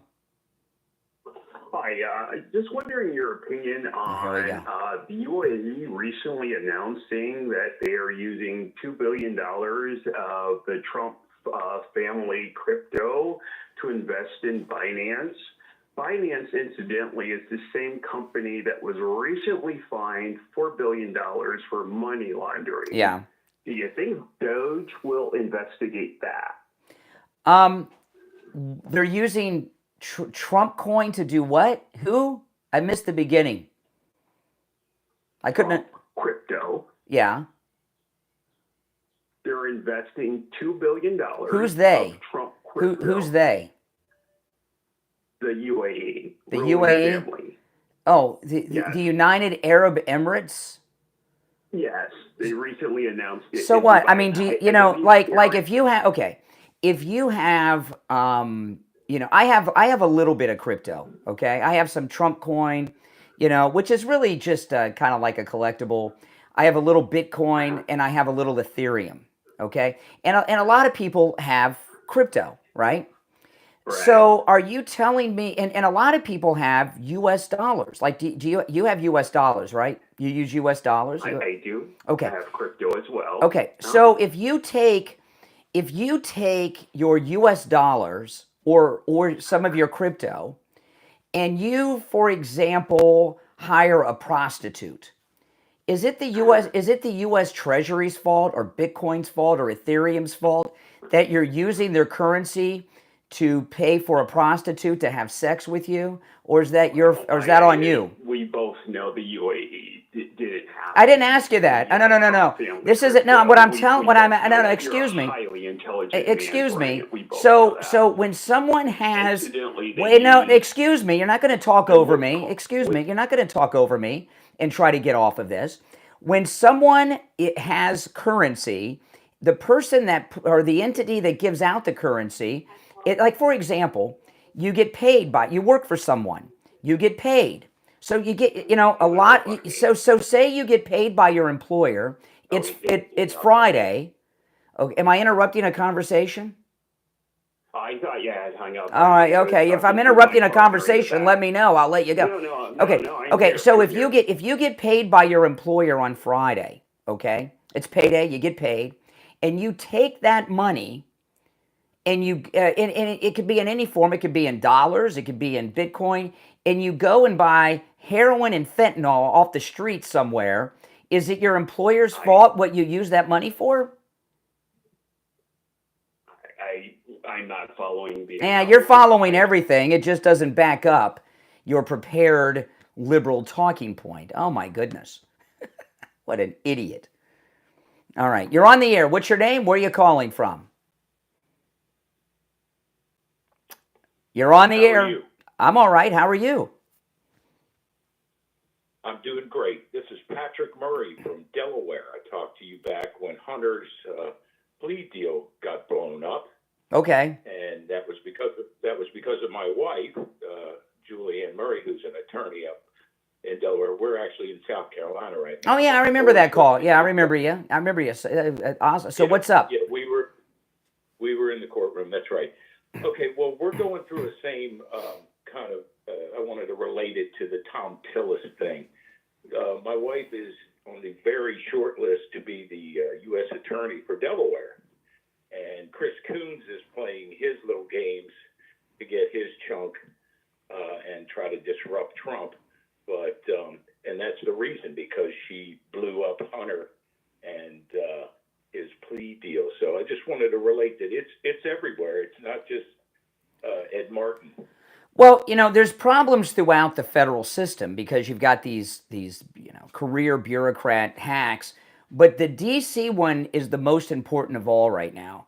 And I'm of the opinion that Trump should get whatever he wants from the Republicans. This is a very unique presidency, with doing a lot of very unusual things, and has a short time to get a lot done. And Tillis is they either got something on him, or he's just a fake Republican. Yeah, well, I'm 100% with you right there on that. But like I said, I just wanted to relate. It's everywhere, and they're playing their games, and they're never going to stop. Just like the Terminator in the movie. No, they're never gonna stop. And the best we can do, though, is get our people in these offices and fire as many people as we can. We've got to get as many of our people in the bureaucracy as possible. That'll be there after Trump's term, right? We need people to get in, secretaries, janitors, everybody, paralegals.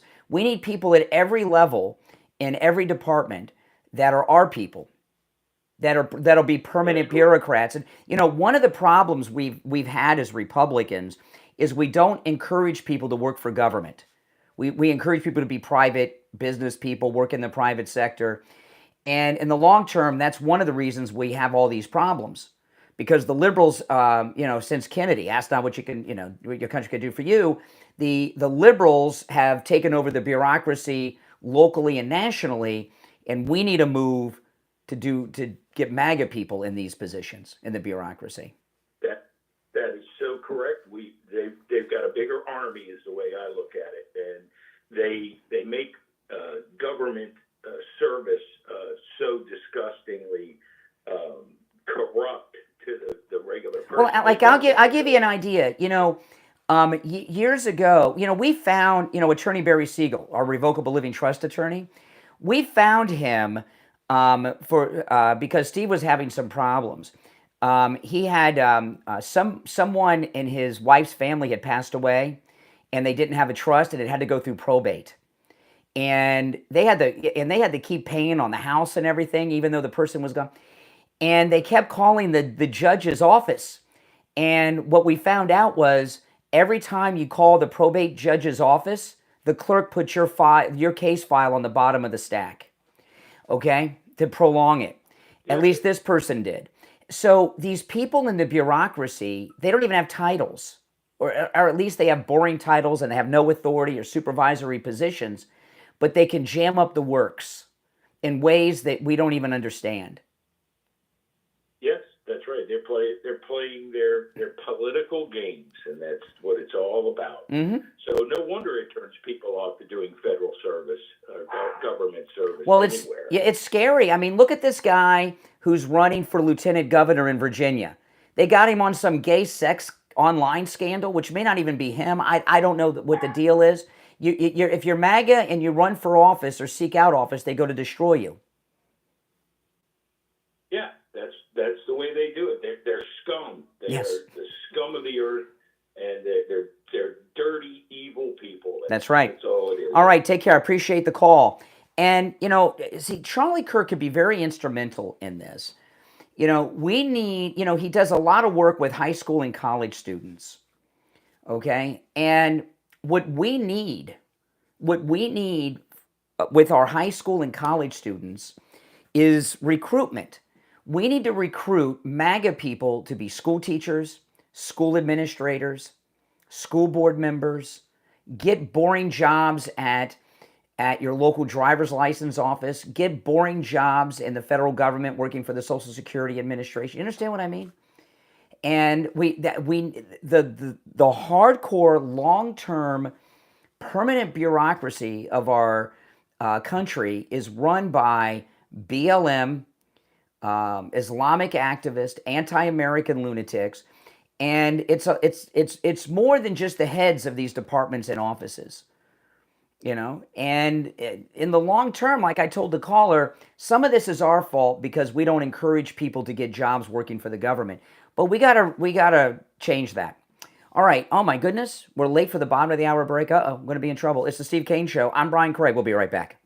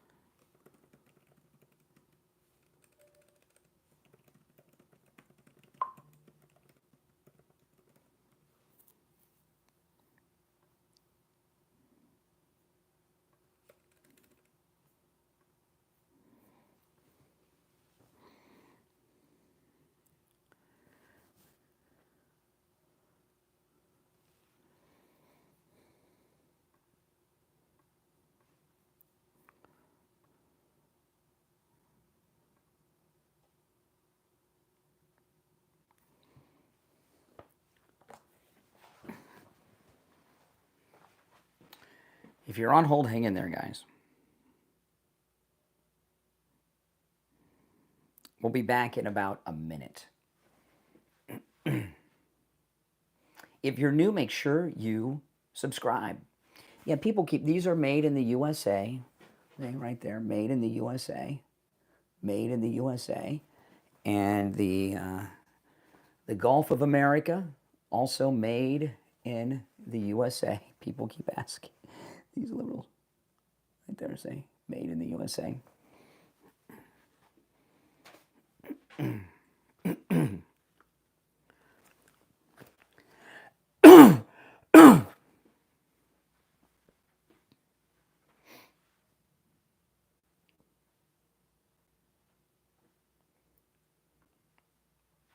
We'll be back shortly.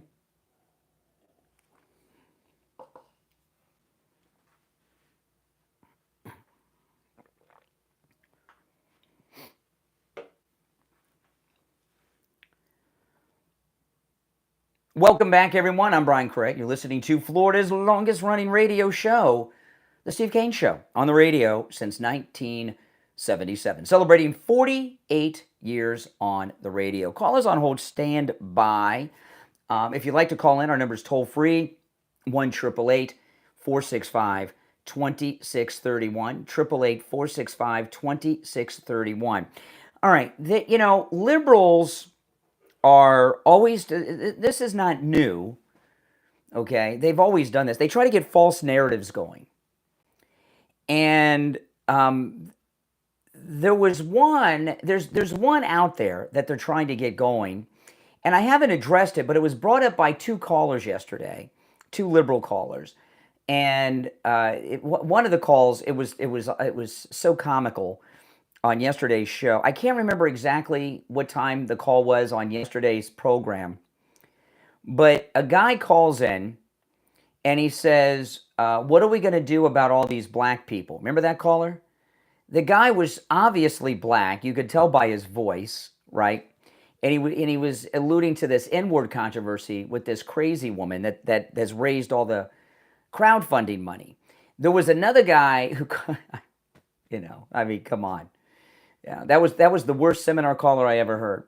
Earlier in the show, there was another guy. He was asking a bunch of weird questions. The guy I accused of fishing, he was fishing for something. And one of the things he asked is, "What's your feeling on the N-word?" Well, I'm opposed to people using the N-word. I know it's America, and we have a First Amendment, and we have freedom of speech. Here's the thing about freedom of speech, okay?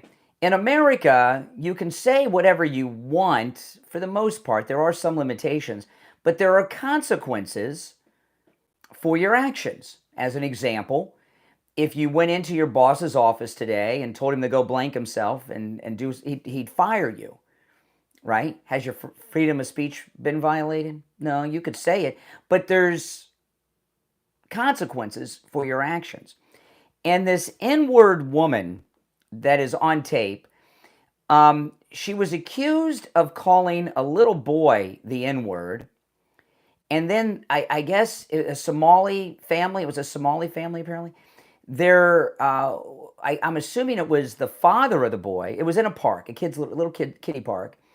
He then got out his cell phone and started confronting her and got her to say it. So the first instance, we didn't see it or hear it on tape, but people don't start recording usually until after a shocking event happens, but she did say it the second time. And this story has been all over the liberal media. And I only bring this up because after these couple of calls I got yesterday, after the show, I saw these stories and I started thinking about those calls and what's going on. Now, here's the update that they've used to prolong the story. CBS News, woman caught in N-word tirade raises $600,000 via fundraiser, sparking community backlash. A video recorded in Rochester, Minnesota. It was Minnesota. Okay, I thought it was New York. A video recorded at a Rochester, Minnesota playground of a woman repeatedly shouting a racial slur, the N-word, has garnered strong responses from activist groups. The video captures this one gentleman confronting a woman about calling his child the N-word according to local CBS affiliate KIMT Television. The woman appears to call Omar the N-word in the video, which was taken late last month, and she admits to calling the boy the N-word as well. And I did watch the video, and she's a crazy lady, and she did say the N-word. The woman accused the boy of stealing her child's diaper bag, according to the description of an online fundraiser which was created by her. The father of the boy, who spoke over the phone to the local television outlet, doesn't believe that accusation. The woman says she started the fundraiser to help protect her family in response to the video going viral. As of this story, the fundraiser has raised over $600,000. The Rochester branch of the NAACP created a GoFundMe for the boy and his family, and they've raised $341,594 as of this story being sent out. Public parks should be safe, inclusive spaces for children and families, not sites of hate and trauma, the NAACP says. The boy's father says he's been getting threats since the video went viral. Minnesota's Council on American Islamic Relations, CARE, is calling the FBI in to investigate, and they want local law enforcement to protect the family and bystanders who are reportedly being targeted online. The spokesperson for CARE says, "It is truly sad that this alleged racist harasser is finding support nationwide for reported use of the N-word against an innocent child." Let me tell you, we don't know where this money came from, okay, that she's raised on her crowdfunding. And I'm not giving out the crowdfunding. She's not using one of the more popular crowdfunding networks. She's using another. But I wanted to ask you all this question. And do you think I'm nuts with what I'm about to tell you, or do you think what I'm about to share with you is a possibility? And when I saw these stories when I got off the air after these liberals called in and were trying to get me to talk and defend this outrageous comment, which I would never defend. And by the way, even if she didn't use the N-word, I wouldn't support this. When you are out, my daughter's grown now, but I raised her and she was little. And, I've been out in public with my daughter when she was a little baby and through her whole childhood. When you're out in public and a child that's not yours does something, whatever it is, you don't address or speak to the child, you speak to the parent. That's the way it is. So anytime someone else's child acts out in public, I would never support a parent or a person addressing the child, no matter what age they are, how young or how old. You always address the parent, okay?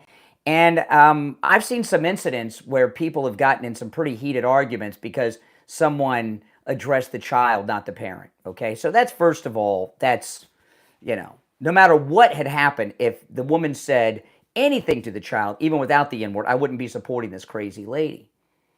But the N-word is obviously, that's insane, what she did. Totally insane. And then she used it again to the father when she knew she was being recorded. Pretty much everyone in my circle is MAGA conservative in my family. And it's amazing to me. I will run into family members that I have not seen for 20 years or more. And it shocks me that they're MAGA, right? It's amazing. MAGA people do not support using the N-word in any situation. Furthermore, they certainly don't support using it to a 5-year-old child, okay? So what I'm questioning is, who donated this? How much did they say it was? Over $600,000? Who donated this over $600,000 to this lunatic racist woman? Do you think that someone just told me it's over $725,000 now? Do you believe that conservatives, that MAGA people donated this money to this woman's GoFundMe? I don't. That's insane. Who would donate that kind of money in conservative MAGA circles who would give 10 cents to someone who spoke to a child that way? Is it possible that the liberals are donating the money to her GoFundMe? Or it's not GoFundMe, it's on another platform. Her crowdfund. GoFundMe is kind of like, you know, all gelatin's called Jello, all hot tubs are called jacuzzis, even though they're brands. Do you think it is possible that Democrats, that liberals, are donating the over $600,000 to this lunatic N-word woman's crowdfunding campaign to try to get a narrative that MAGA conservatives are racist? Because in every story, she's identified as MAGA. And I'm here to tell you, we don't know for sure, we don't know, but I think it's highly likely that the Democrats, that the left, are the ones donating to this racist lunatic lady's crowdfunding campaign. MAGA conservatives would not do that. It's just stupid. Okay? It's just stupid. Now, I want to talk about Dr. Philip Appleton and his laser away pain treatment. You know, Dr. Appleton's changed my life. I am completely pain-free. You know, in particular, my knee pain that I suffered with for about 30 years that he rid me of. It was my right knee. It was awful. You know, and back then, this is when we were, when I first met Dr. Appleton, when we were at the radio studio in Boca off Dixie Highway. Remember the one where the bird flew into the window of the studio behind me, that big bird that one time? And in that studio, it was amazing what had happened. When Dr. Appleton, you know, my knee had hurt for 30 years, very bad, especially this time of year in the rainy season. And I used to have a chair next to me that you could raise up, like, because I always stand up when I'm on the air. So it's kind of like a stool, and it had a back on it. And the reason I had that chair, and I always had it backwards, I would lean, it was on my left side, I would lean on that chair to take the weight off of my right knee while I was on the air, because it hurt so much, you know, and that was just my life. That's how much my knee hurt, and because I always stand when I'm on the air. And anybody who's on the air should stand, okay? It gives you more energy, you sound better. If you sit down, you're falling asleep. Everybody who's on the air should always stand, but just to, you know, that's my opinion. I know most people don't, but I do, and that's the way it should be. And then one day, after the laser away pain treatment from Dr. Appleton, I noticed all of a sudden I wasn't using the chair anymore to lean on. I had it face the right way and started using it as a table. And I was like, wow, it just naturally happened. It's not something I consciously did, but I just wasn't in pain anymore. And you know, when you're right-handed, you're also right-footed. And now I put my weight on my right leg because, you know, I'm right-handed. I couldn't do that before. I was in so much pain. But the pain's gone. And that was over 2.5 years ago. Not only did Dr. Appleton rid me of pain, the pain has not returned. It's been over 2.5 years. And he rid me of pain 6 times since. Give him a call and say bye-bye to your pain too. 954-973-0710. It's a free consultation. If you have x-rays or scans, bring them with you. Dr. Appleton will happily look them over for you. 954-973-0710. 954-973-0710. And online, AppletonCairo.com. I'm Brian Craig. We'll take our last break of the second hour and be right back.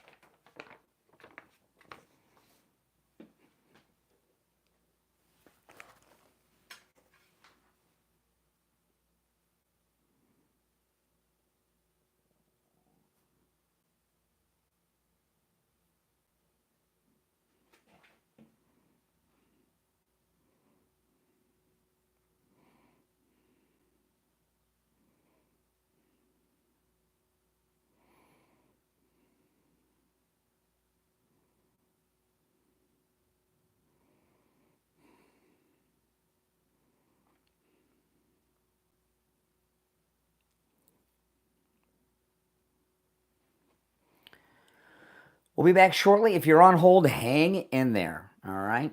If you're new, make sure you subscribe. Now, give me you call me. I'd like to hear your thoughts on this, but give me a yes or no in the chat. Do you think it's possible that the Democrats or the liberals are the ones that have donated to that lunatic lady's crowdfunding campaign? I just don't see MAGA people donating to this lunatic's campaign. Yes or no? What do you guys think? It's crazy. Who do you know that's MAGA that would donate and support someone using the N-word? Come on. I think the Democrats are doing it, trying to narrative going. I really do. A lot of yeses agreeing with me. Yeah. Psych op, yeah. That's exactly right. That's exactly right.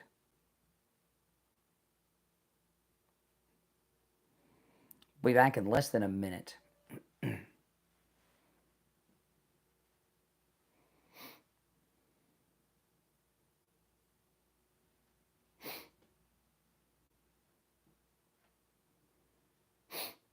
I know, it's nuts.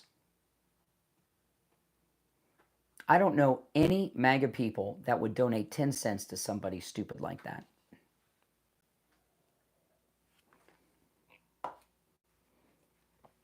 She's raised too much money. Very out of proportion.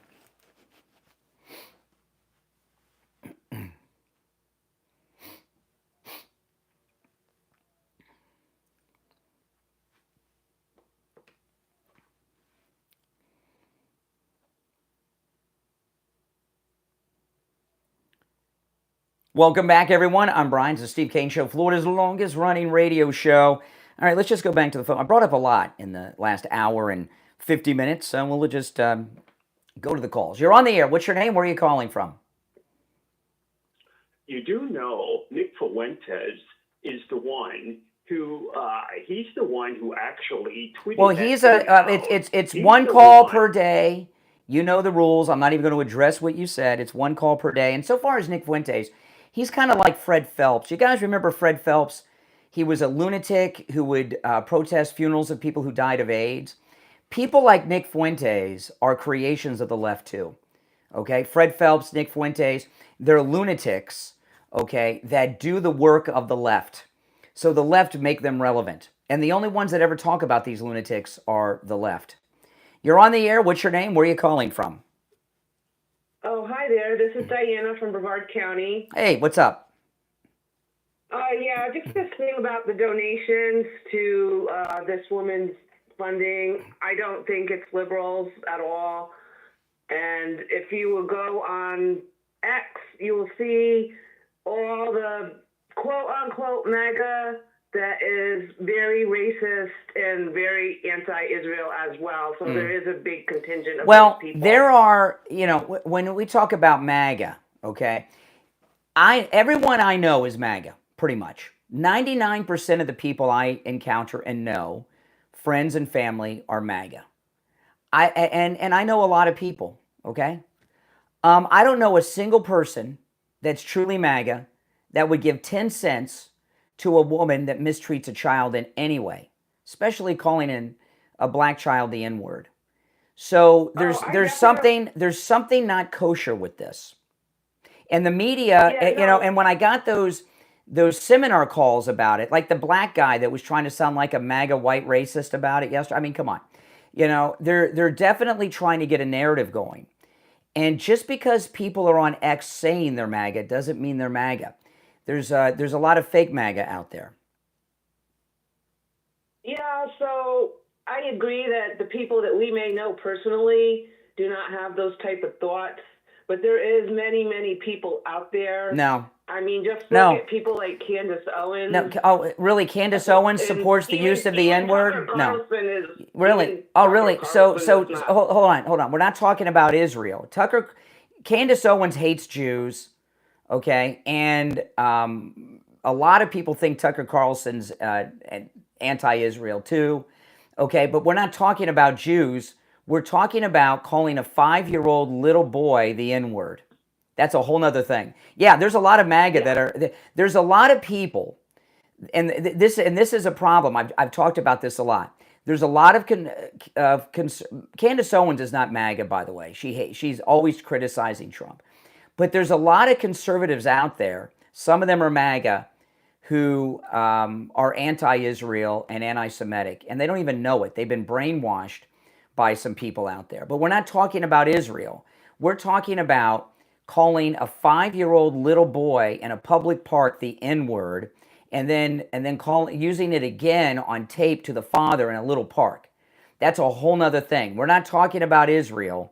we're talking about the Yeah. N-word to a little boy. I'll leave Israel out of it, but I will say that there is a lot of people that if Trump is not racist enough. Let me tell you. Okay, let me racist enough. What does that mean? Like he's partly racist? What are you saying? Don't take it you know. No, what you mean. said he's not racist enough. Okay. What does that mean? Well, that means that to them he's not prejudiced. They want him to be prejudiced. Okay, listen. How old are you? I'm 59. You're 59. I'm 54. Okay? In my life, I have heard people call other people the N-word. Okay? Have you ever heard someone call, and I'm thinking yes, I've heard it. Through my life, when I've heard people call someone else the N-word, it's always been a black person calling somebody else the N-word.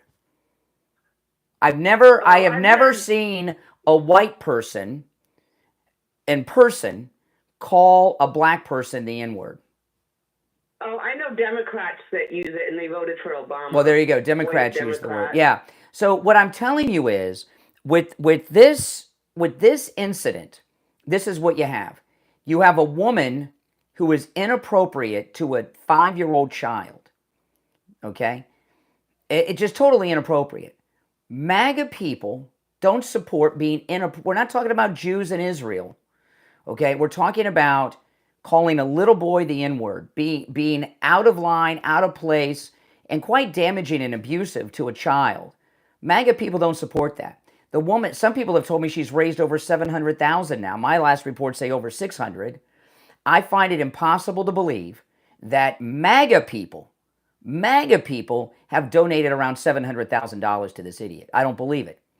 Okay? Now, that doesn't mean that there aren't some lunatics like Nick Fuentes, who's insane and a punk and is always trying to be relevant and viral and be talked about, doesn't try to get his followers to donate, to get on a gravy train of attempted relevancy. But as a whole, there's too much money being donated. Something stinks about it, and I don't buy it. And the media accounts, they're all framed, they always refer to her as a MAGA supporter, a MAGA woman, a Trump supporter.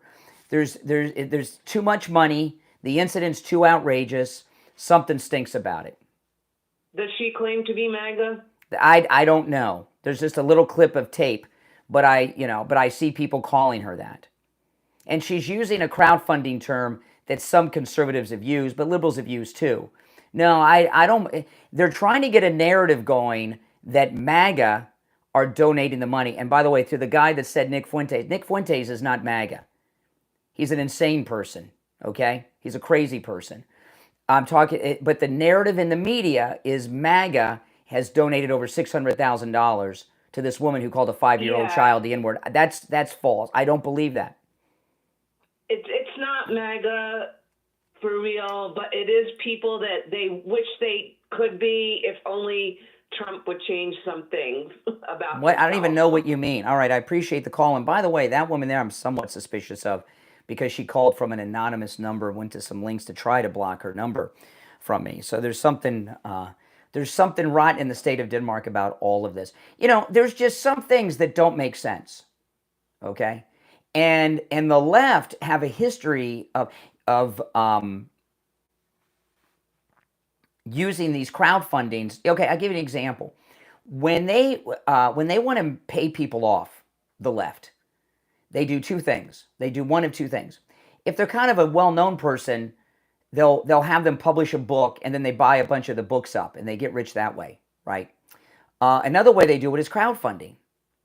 Liberals are very good at organizing crowdfunding, like that woman that made all those false allegations against Kavanaugh in the Supreme Court confirmation hearings. She had a crowdfunding that raised a ton of money that the Democrats did. So Democrats have a history of these ridiculous crowdfunding operations. And no, I'm going to stick to my theory on that. I don't believe that is MAGA people. And nothing will convince me of anything else. I want to talk about Mike Lindell and MyPillow. There's huge deals going on. The first MyPillow product I got, of course, was the MyPillow itself.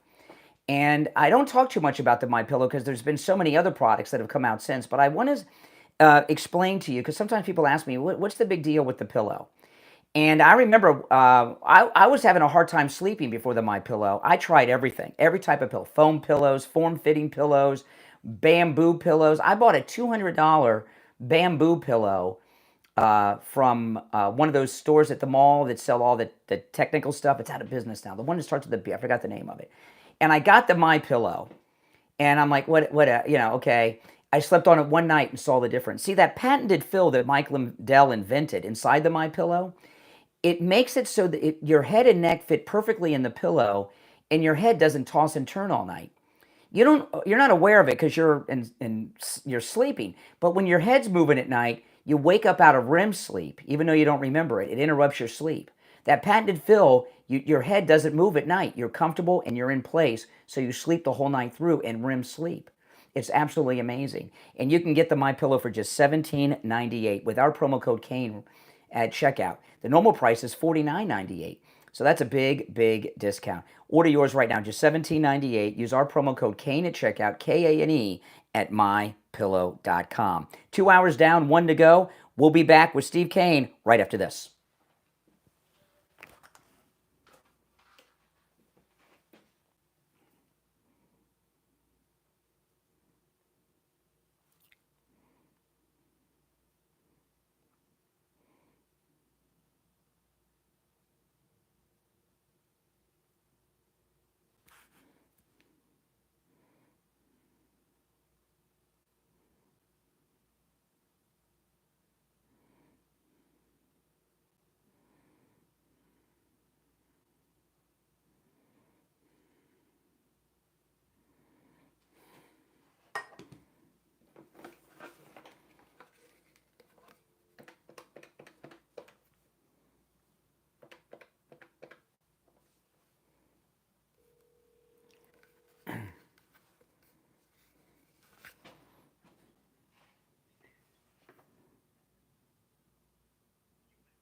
You there?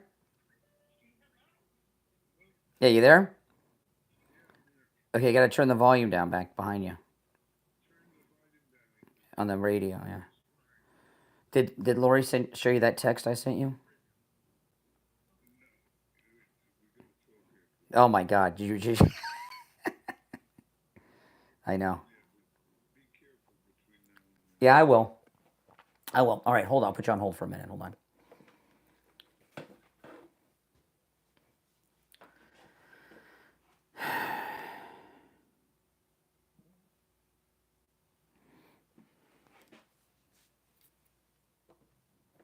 All right, Steve, you there? Yeah, I'm here. All right, hold on. Just a minute and a half. We'll be back. All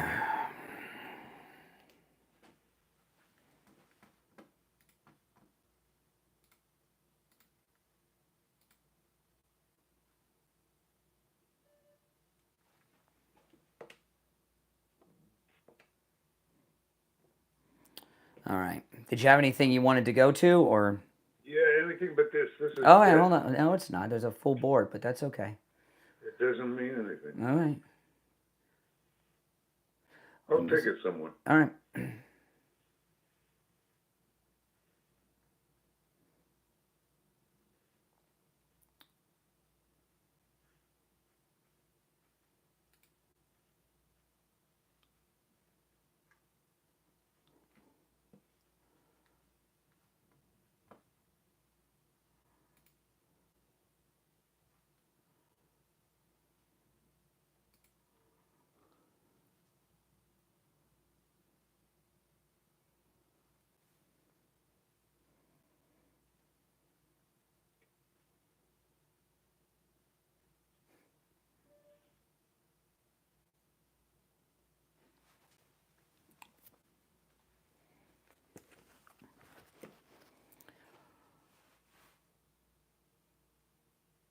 Hour number 3 has begun. You're listening to Florida's longest running radio show. I'm Brian Craig. Steve Kane is here. How you doing, Steve?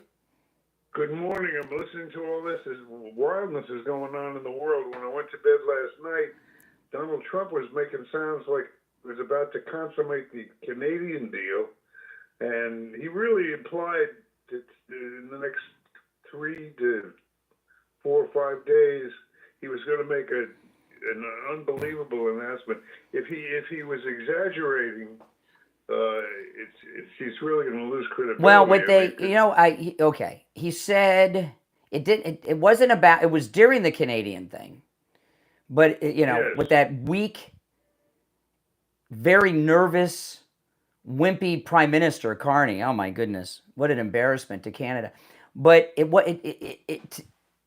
he's going to the Middle East, so he said before he goes to the Middle East. So I saw some speculation early this morning in the news about what it might be, but I can't believe this is true. But it was in mainstream news. It was kind of as I was watching it, he was implying it was in relation to the Canada deal. No, I don't think so. He said it may not involve trade.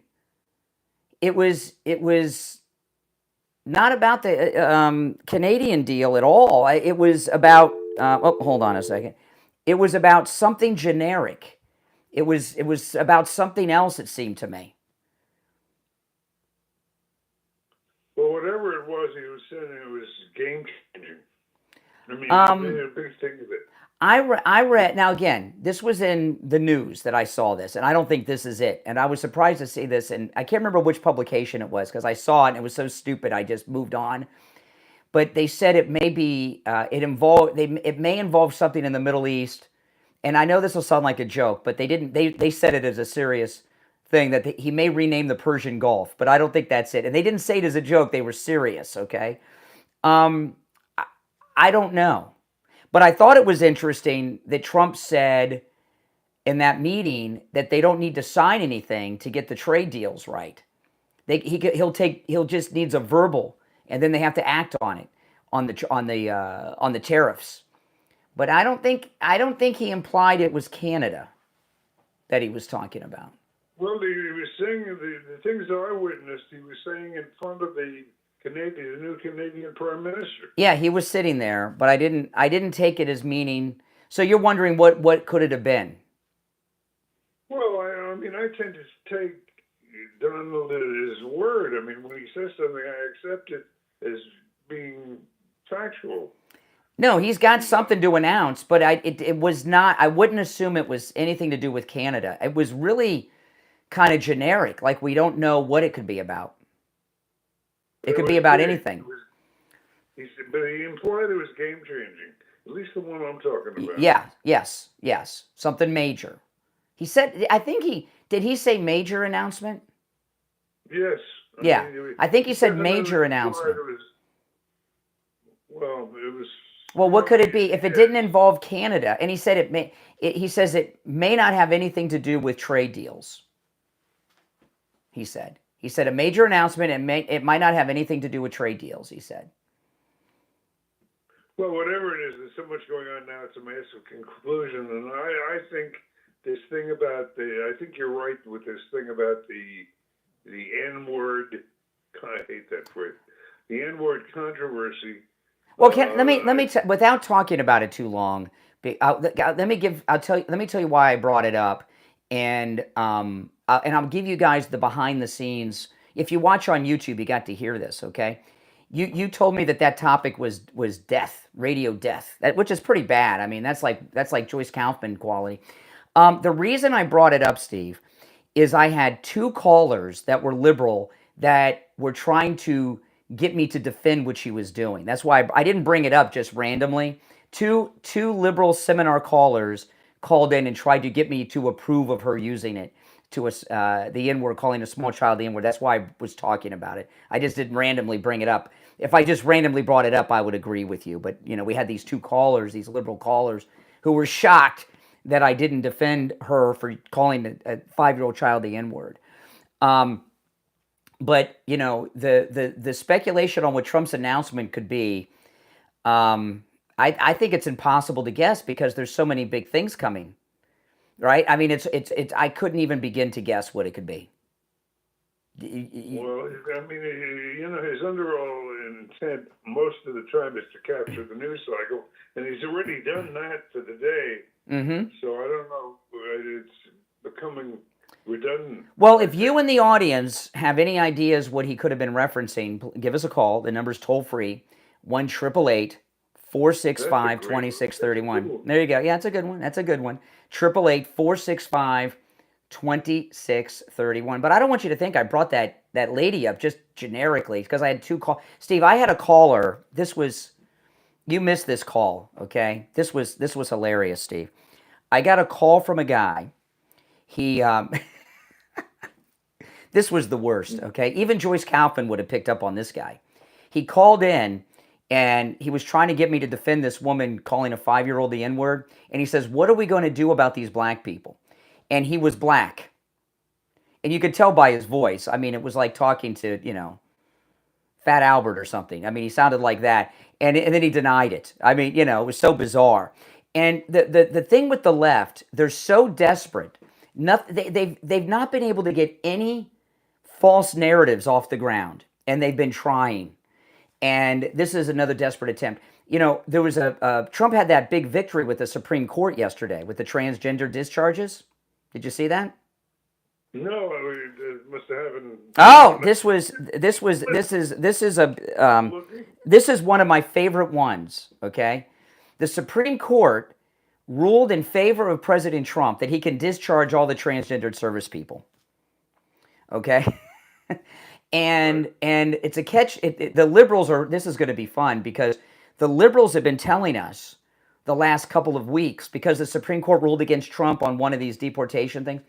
The liberals have been telling us for the last 2 weeks that when the Supreme Court makes a ruling, you are not to question it. When they make a ruling and give an opinion, if you question it, you're tearing apart our Constitution. Now they got a ruling that they don't like. So what are they going to do? But Pete Hegseth is going to start discharging the transgendered members of all the military branches, and the report is they're going to start with the higher ranking ones, generals, admirals, colonels, and stuff. That lady admiral from the Navy. There's a transgendered naval admiral. Yes, that's my understanding. Oh my goodness. She's the highest ranking transgender person. Yes. Oh my goodness. I'm sure you know that. Yeah, I've forgotten about that. Yeah. So and these are going to be very high profile, and it's bizarre. So what's going to happen is they're going to. We don't know exactly when the discharges are going to happen. I was watching MSNBC yesterday, Steve, after this came out, because I knew they were having meltdowns. They were like sitting Shiva over it. I mean, they were like so freaked out. Oh my goodness. And they were comparing these transgender members of the military to the Freedom Riders, right? I mean, if you don't know who the Freedom Riders are, you're probably, Google it, okay? Great Republicans who risked their lives against Democrats. Yeah, but when they discharge these people, they're going to be, I'm assuming they're going to be on all the liberal talk shows, right? Wouldn't you think? I wouldn't count on it. Really? Because it's such a popular position to discharge them? They want to distance themselves? It's going to be a big thing if that happens, and they're going to be caught between the rock and a hard place. Yeah. But so hard to tell to a fact what the final decision on the PR aspect of it. Yeah. But sometimes they're getting smart and they don't flaunt it on MSNBC sometimes. Well, let's go to the jury of public opinion and find out what they think. That's our callers. You guys are the jury of public opinion, okay? All right, let's go. You're on the air. What's your name? Where are you calling from? Hey, Brian. Never Trumper Steve here. Good morning, Steve.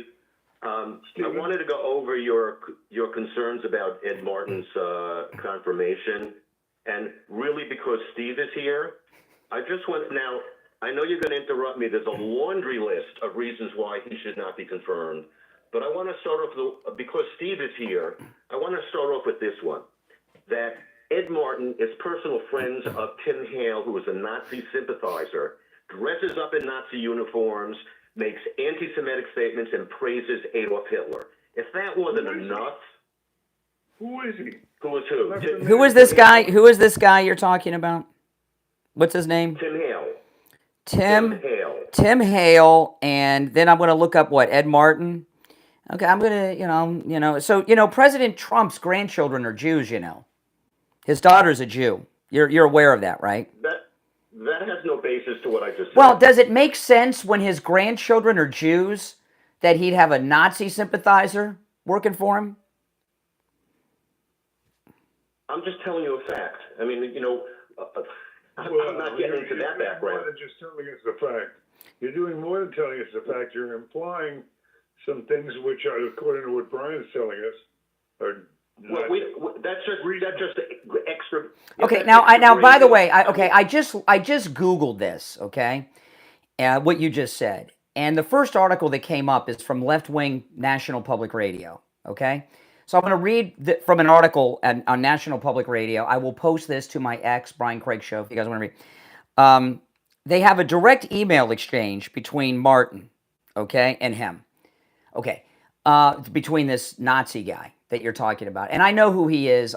He's one of those, he's kind of like one of those Fred Phelps guys, Steve, this Nazi. The liberals like to put him all over the place and call him a conservative, and he likes to try to make himself look like Adolf Hitler. And the liberals love him. They prop him up and everything. When you're a known person, you get emails and stuff. Steve and I get emails from people all the time, and I'll write them back. I don't know who they are. It doesn't mean that you're guilt by association. But Martin told the Senate, I'm not close with him, and he was unaware of all this background. So that you portray them like they're best buds and hang out on the weekend and go fishing together. And he just got some emails from the guy. And he didn't know who he was. It's kind of like Ed Martin not recollecting he was on Russian TV 150 times, needed to go into his disclosure statements, and he had to be called out on it. I'm bored with this. I'm bored with this, Steve. Make a better point. All right. Here's a better point. How about Ed Martin has no prosecution experience and is being nominated for a prosecution job? Do you know that you don't have to have been a judge or even a lawyer to be on the Supreme Court of the United States? And it's not required. And he's an attorney, and he supervises attorneys and prosecutors. Okay. Yeah, I understand, but you talk about the swamp. No. Hold on a second. What this is the talking points right out of CBS News, Steve. You're aware that he's an attorney. In fact, he's an attorney for some of the J6ers. But you're implying that he's not even an attorney. Hold on, establish. I'm only implying if you're a prosecutor, you should have prosecution experience. Steve, that's what I'm saying. Steve, were you aware of that? Aware of what? That he was an attorney with legal experience? Why would I care if he was an attorney? That means no, Steve. He didn't know. He didn't know. Here's what I care about. He didn't know. He didn't know he was an attorney, Steve. He didn't get that far on the talking point list yet. Of course I know that. You said that at 6 o'clock in the morning that he represented January 6 people. Of course I know that. All right, listen, we're up against the break, so we got to end the calls. He doesn't have prosecution experience, and the first thing he did in his temporary job was to reassign prosecutors prosecuting the January 6 cases. That's right. If that's not swamp, I don't know what is. Yeah, is. because they're criminals, and I'll tell you this. President Trump didn't have presidential experience until he was president. Either did President Obama or President Clinton or any, you don't have experience till you have the job. Well, I'm giving Attila's credit for sticking his neck out. There are you know what you could do. You know what you could do to gain respect and credibility in this audience.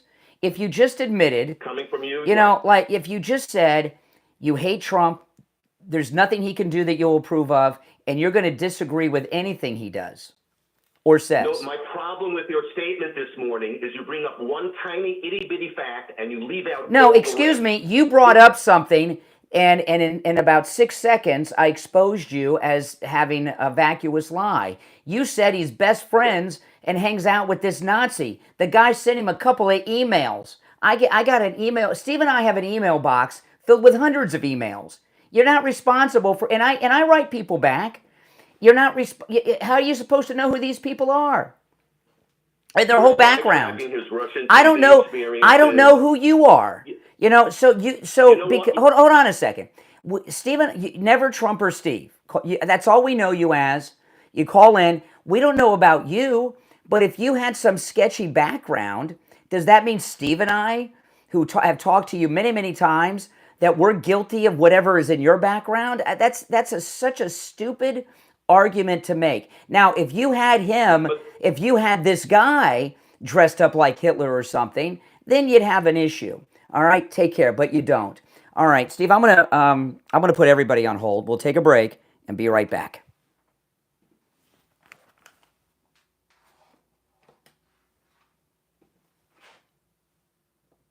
All right, you there, Steve? Yeah, I'm here. Okay, I'm gonna call you after the show, but just give me like 5 or 10 minutes after. No problem.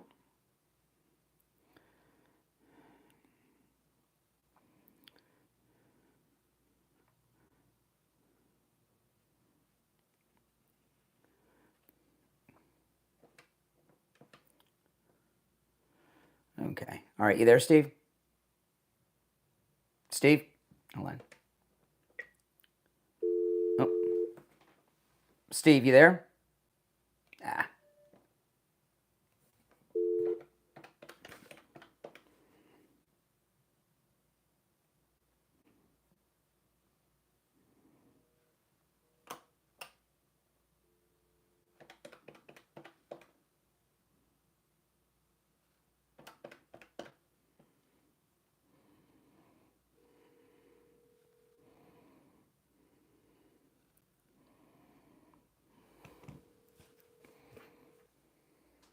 Hey, hold on. All right, Steve, you there? Yes, I am. All right, hang in there. We're still in break. All right. Every line on the board is lit. I wish you would have heard that call from the black guy trying to sound like a white racist MAGA guy. I might pull that off the show and send it to you. You described it well. Oh my God. I couldn't even play with him because it was just so stupid. I mean, it was insulting.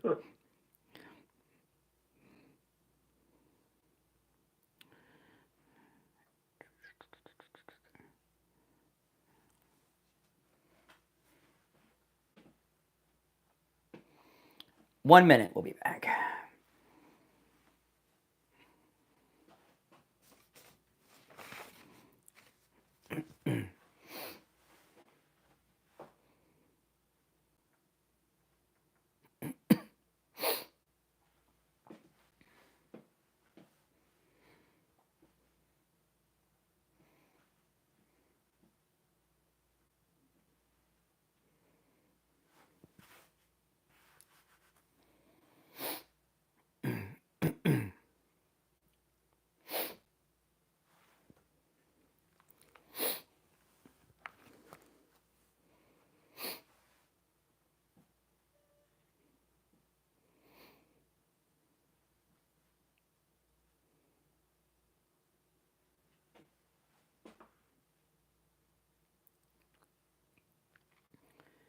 We are back. I'm Brian Craig. Steve Kane is here. This is the Steve Kane Show, Florida's longest running radio show. You know, Steve, I got these really awesome 2 new hats from the official Trump store today. I'm wearing my Trump 2028 hat, and I got my Gulf of America hat, too. And they're beautiful hats. You should get them. They're great hats. But they're adjustable, right? They're baseball caps. You know, you got the adjustable thing in the back.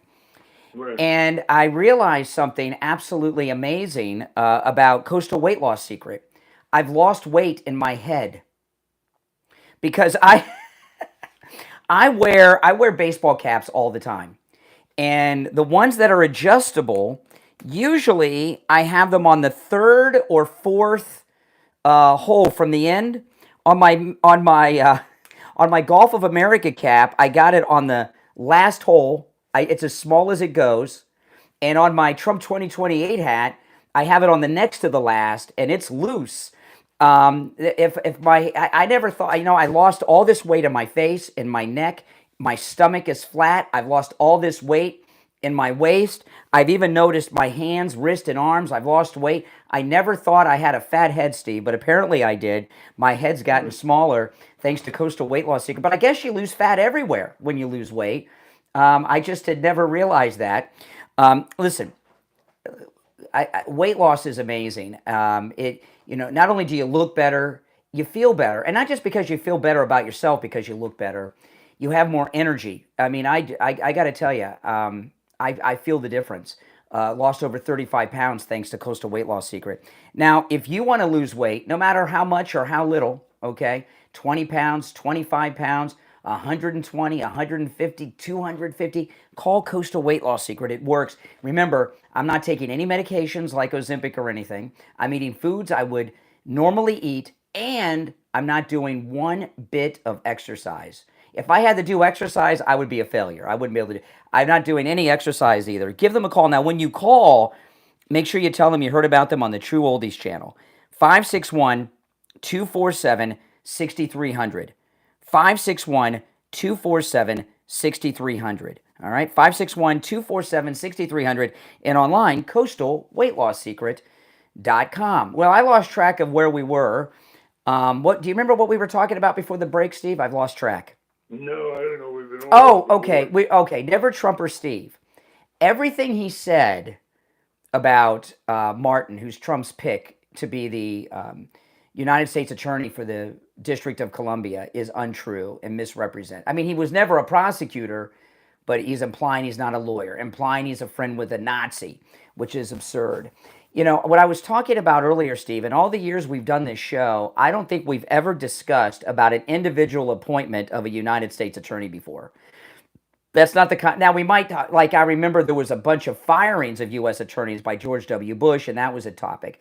But the nomination of an individual United States attorney, I don't know if we've ever talked about something like that. It seems very inside baseball to me. Doesn't seem very relevant, does it? But in this instance, it does. Because that D.C. office is where the lawfare originated against President Trump. It all went through that office. And because they're desperate. Yes. They keep hitting their head against a wall, and it's, eventually it hurts. So if we're going to drain the swamp, this is the head of the snake in this office. And this one is if this were the U.S. Attorney for the Southern District of Florida in Miami, we wouldn't be talking about it. But this is where all the lawfare originated. All right, you're on the air. What's your name? Where are you calling from? You're on the air. What's your name? Where are you calling from? All right. My name is Gloria Jeans. I'm calling from Virginia Beach. All right. Go ahead, Gloria in Virginia Beach. Good morning to you both. I just want to make a comment about the 5-year-old. Yeah. Because I have a lot of grandchildren. If the father was truly, and I don't like to be judgmental, but if he truly was concerned about his son, he would take that recording and go to the police and press charges against that woman for verbal abuse. All right. I appreciate the call. Okay. All right. Our number 1-888-465-2631. However, every line on the board is lit, even where that lady was. We've got a full board of calls. I know what the other thing we were talking about, Steve. If you have any speculation on what Trump was referencing with a big announcement, that's one when he was with Connie yesterday. If you have any ideas what that might be, that was the other thing. I mean, listening to it in context, what it sounded like to me was that it was related to Canada. That's just what came through to me. Yeah. I'm going to disagree on that one. I think he made it a point to make you think it wasn't Canada. But I don't know. We have no idea. It's all speculation. We don't know. But President Trump would not promise a big announcement if something big wasn't coming. I mean, he went out of his way. You wouldn't think. He went out of his way to say, hey, something big's coming. Yeah. But it's really big. Uniquely big. I assumed it had something to do with the Middle East since he's going to do it right before he flies to the Middle East. Right. You know, that's what I thought it involved. But you know, you guys can let us know. All right, if you're on hold, hang in there. That last break I took way late. Okay, I should not have taken that call from Never Trumper Steve until after the break, but I did. So this is a short segment. It is completely my fault. My apologies, but we only have 30 minutes left. So I want to take this break on time so we have time to talk to you guys for the rest of the show. All right? So if you're on hold, hang in there. We'll be right back.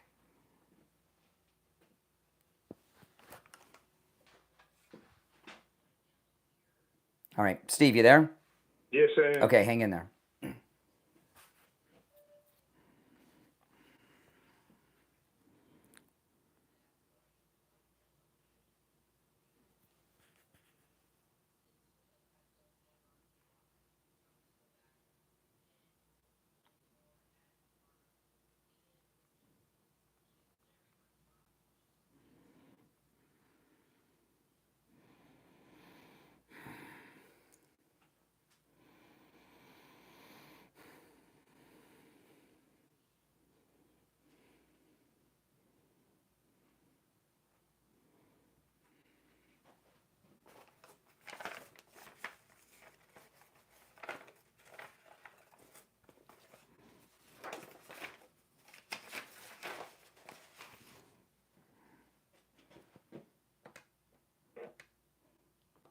All right, Steve, you there? Yes, I am. Okay, hold on.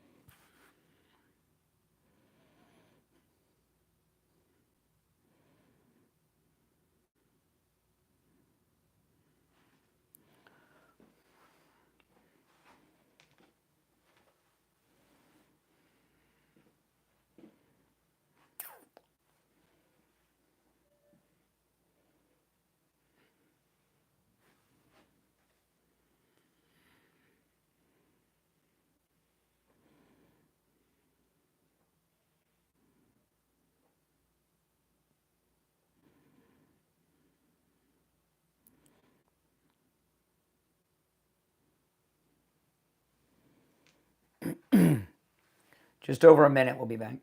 Okay.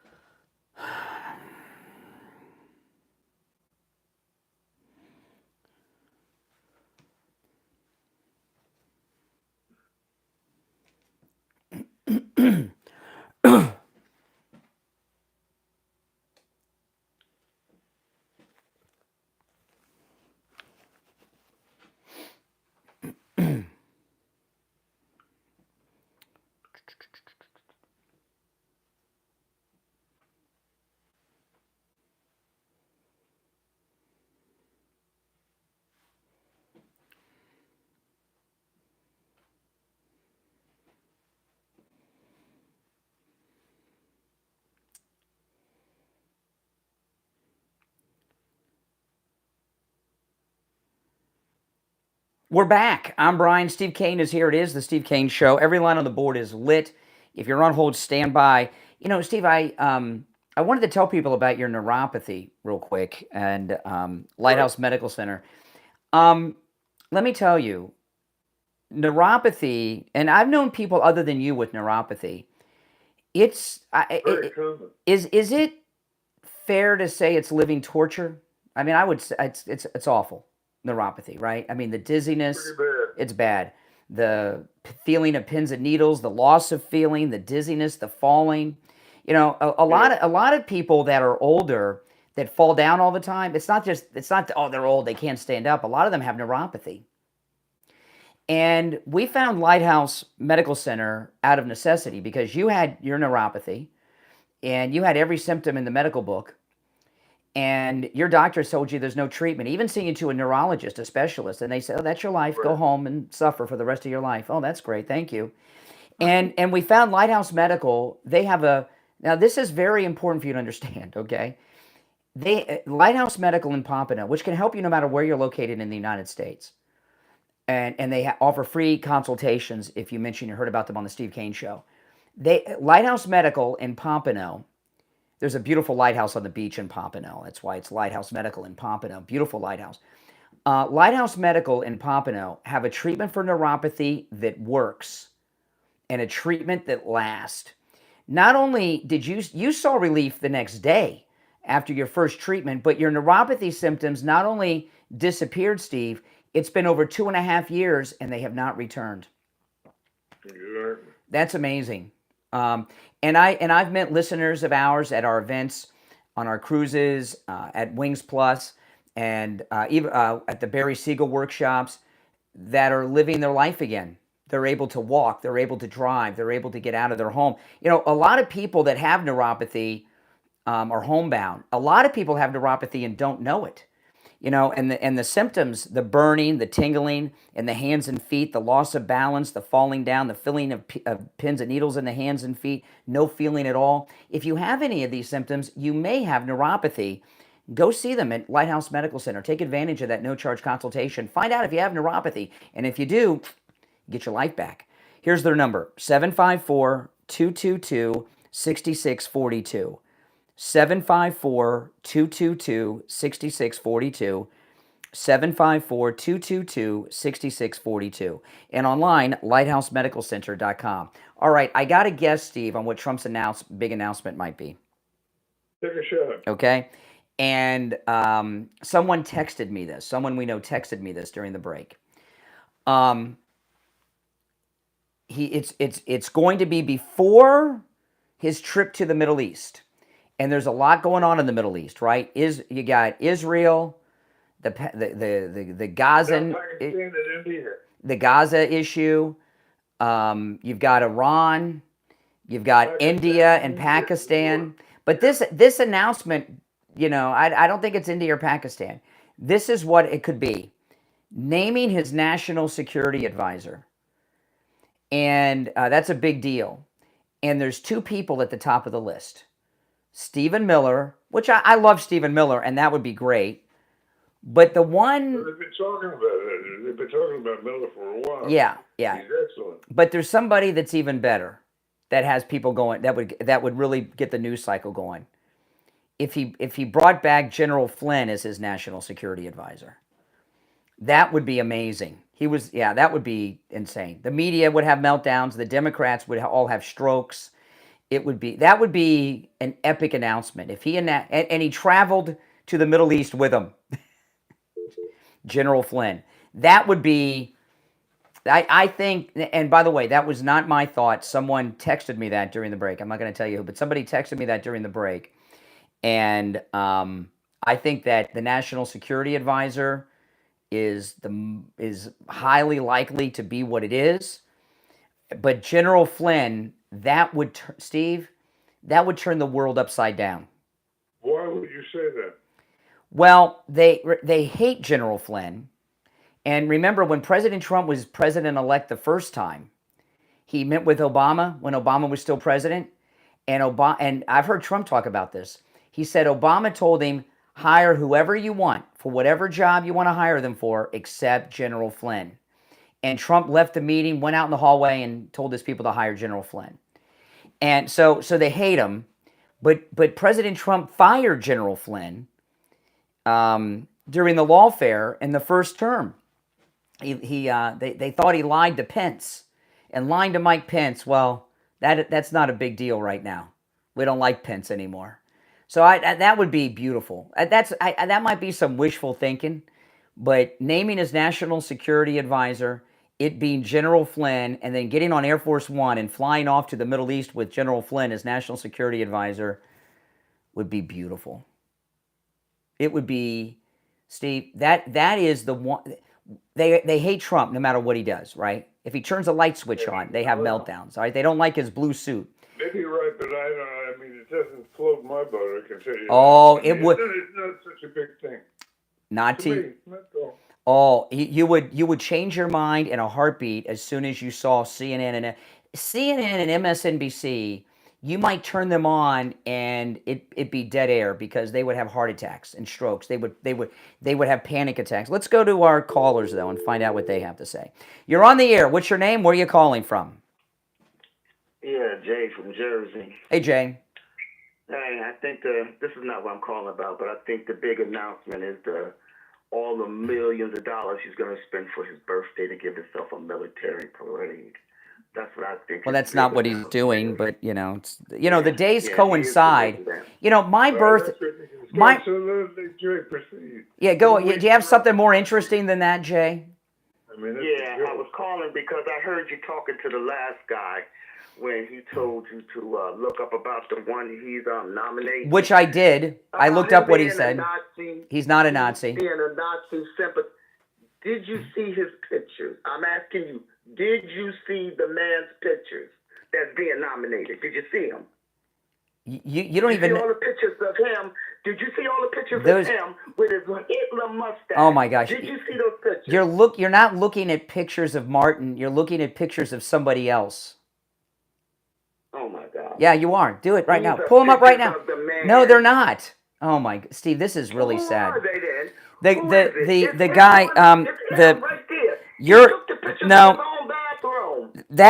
Ed Martin is who President Trump has nominated. The Nazi guy is named Timothy Hale. Okay, that's two different people I'm talking about. Yeah, you're looking at pictures of Timothy Hale.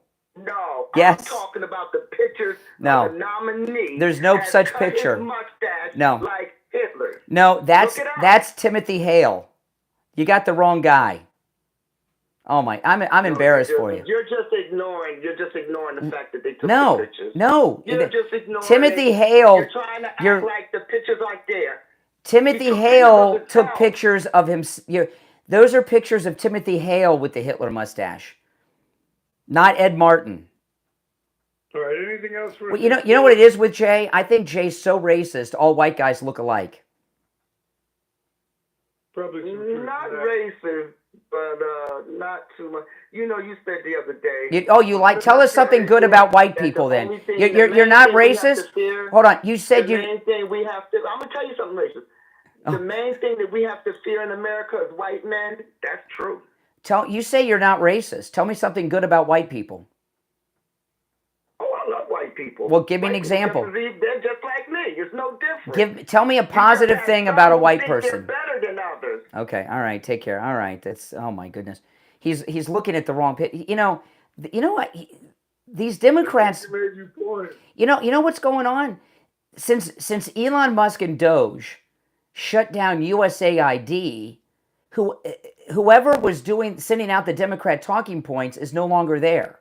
So they must have some weak, stupid volunteer sending out the talking points to Democrats now, because these Democrats, like Never Trumper Steve's one of the better talking point guys.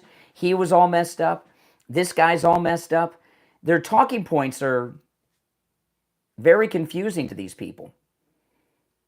Oh my goodness. I almost feel bad for Jay. Yeah, I almost feel bad for Jay from Jersey. All right, if you're on hold, hang in there. The phones are all full. Every line is full on the board, and we'll go back to the phones after the gold report. But yeah, every line's lit. So my apologies to you guys for that. But Steve, before we break for the gold report, I want to tell people about Friendly Tire and Margate. Friendly Tire and Margate, I've been a customer there for at least 15 years. You can get new tires, common sizes for some of the most common vehicles on the road, for as low as $75 a tire. And when I talk about Friendly Tire and Margate, and I say out the door and on the road, when you call Friendly Tire and Friendly Mike gives you a quote over the phone, that includes everything. He doesn't charge you to balance the tire, mount the tire, or even dispose of your old tires.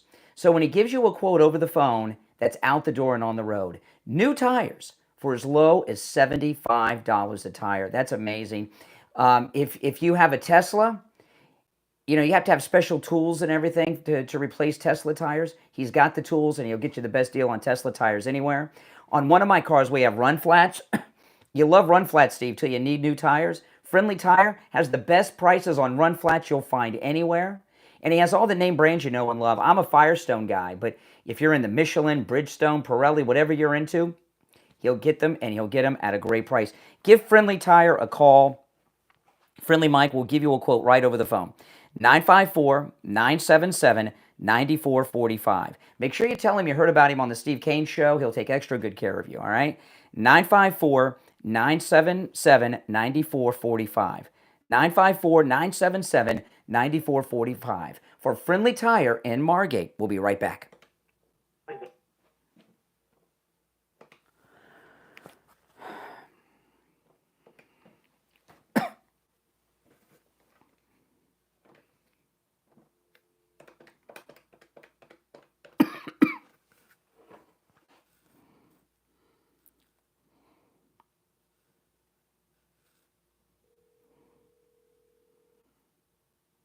Hey there, William. Hold on. Steve, you there?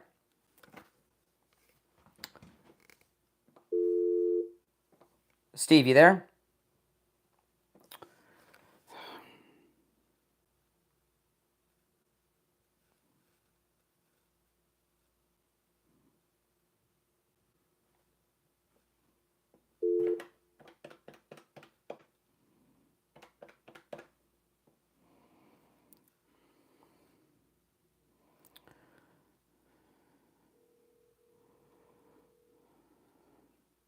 You okay there? Okay, hold on. All right, Steve, you there? Yes, Brian. Okay, I want to conference William in. Hold on. All right, William, you there? Yes, I am. Okay, stand by.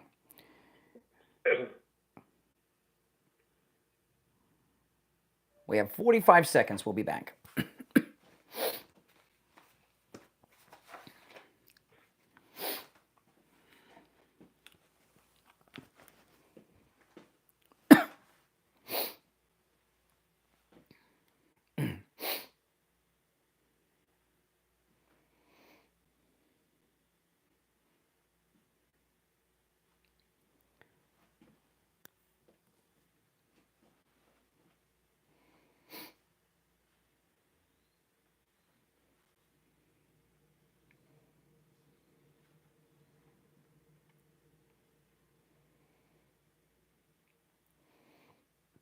Welcome back, everyone. I'm Brian. Steve Kane is here. You're listening to Florida's longest running radio show, The Steve Kane Show, on the radio since 1977.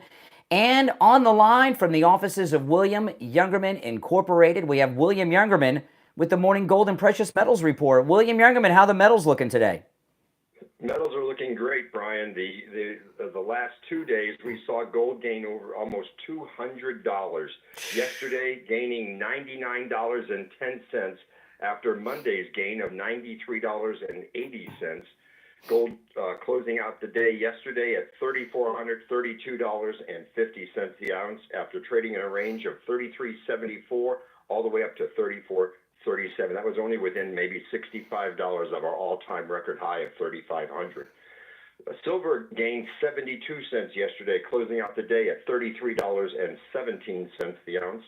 Platinum was up $23 at $983, while palladium gained $35 at $964. As might be expected after these record gains, the market pulled back a little bit overnight and is down a little bit this morning, giving back about not quite half of what we gained yesterday, but trading in a range overnight of $33.58 on the low all the way up to $34.32.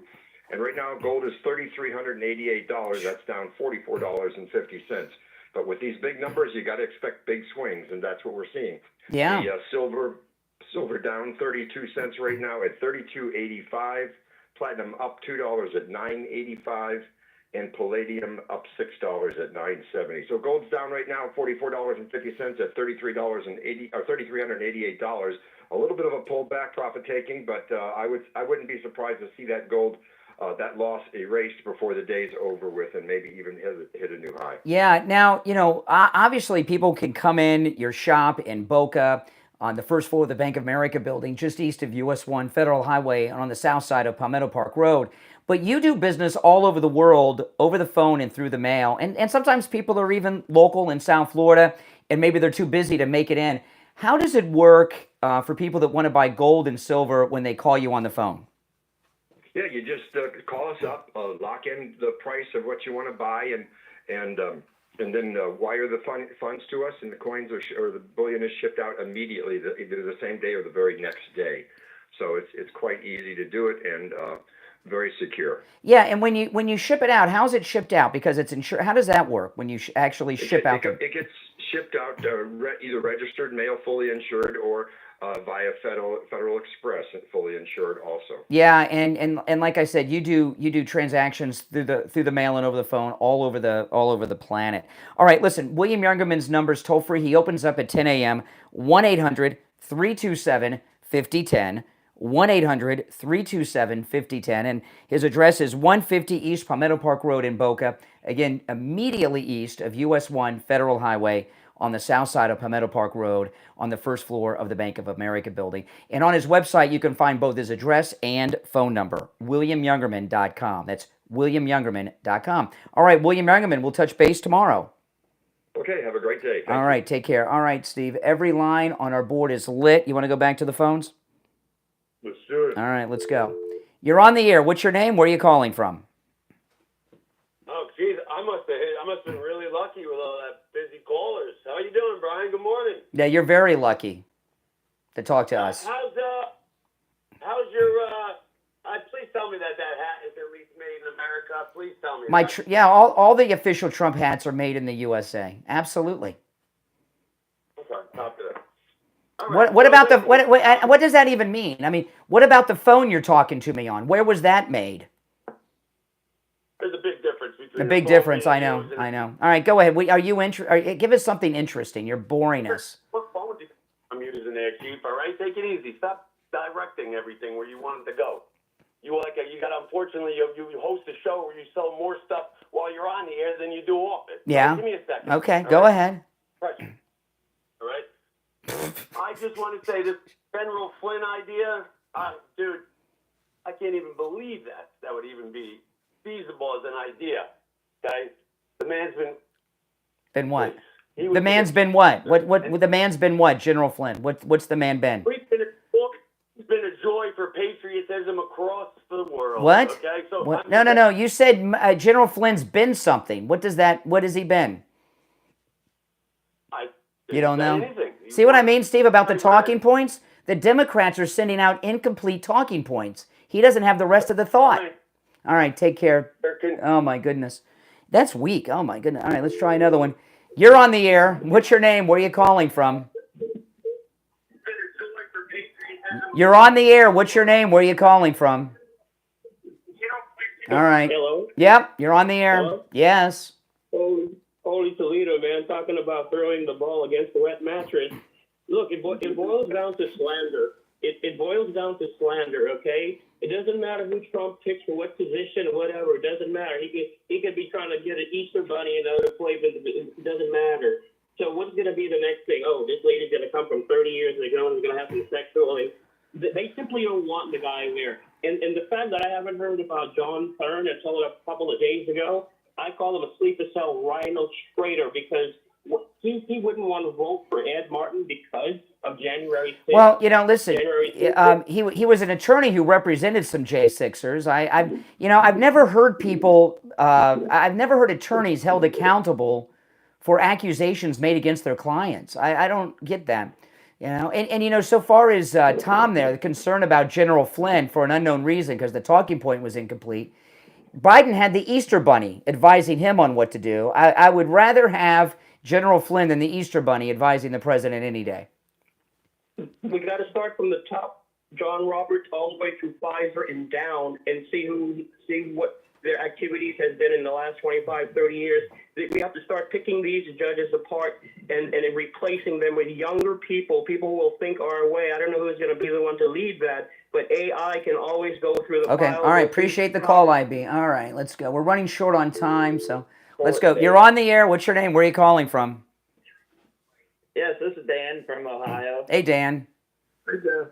Hey, I just want to tell you got the best show out there, and that I can't believe that after elections, learning that the Democrats and all these new people lie, that people are starting to fall for it again.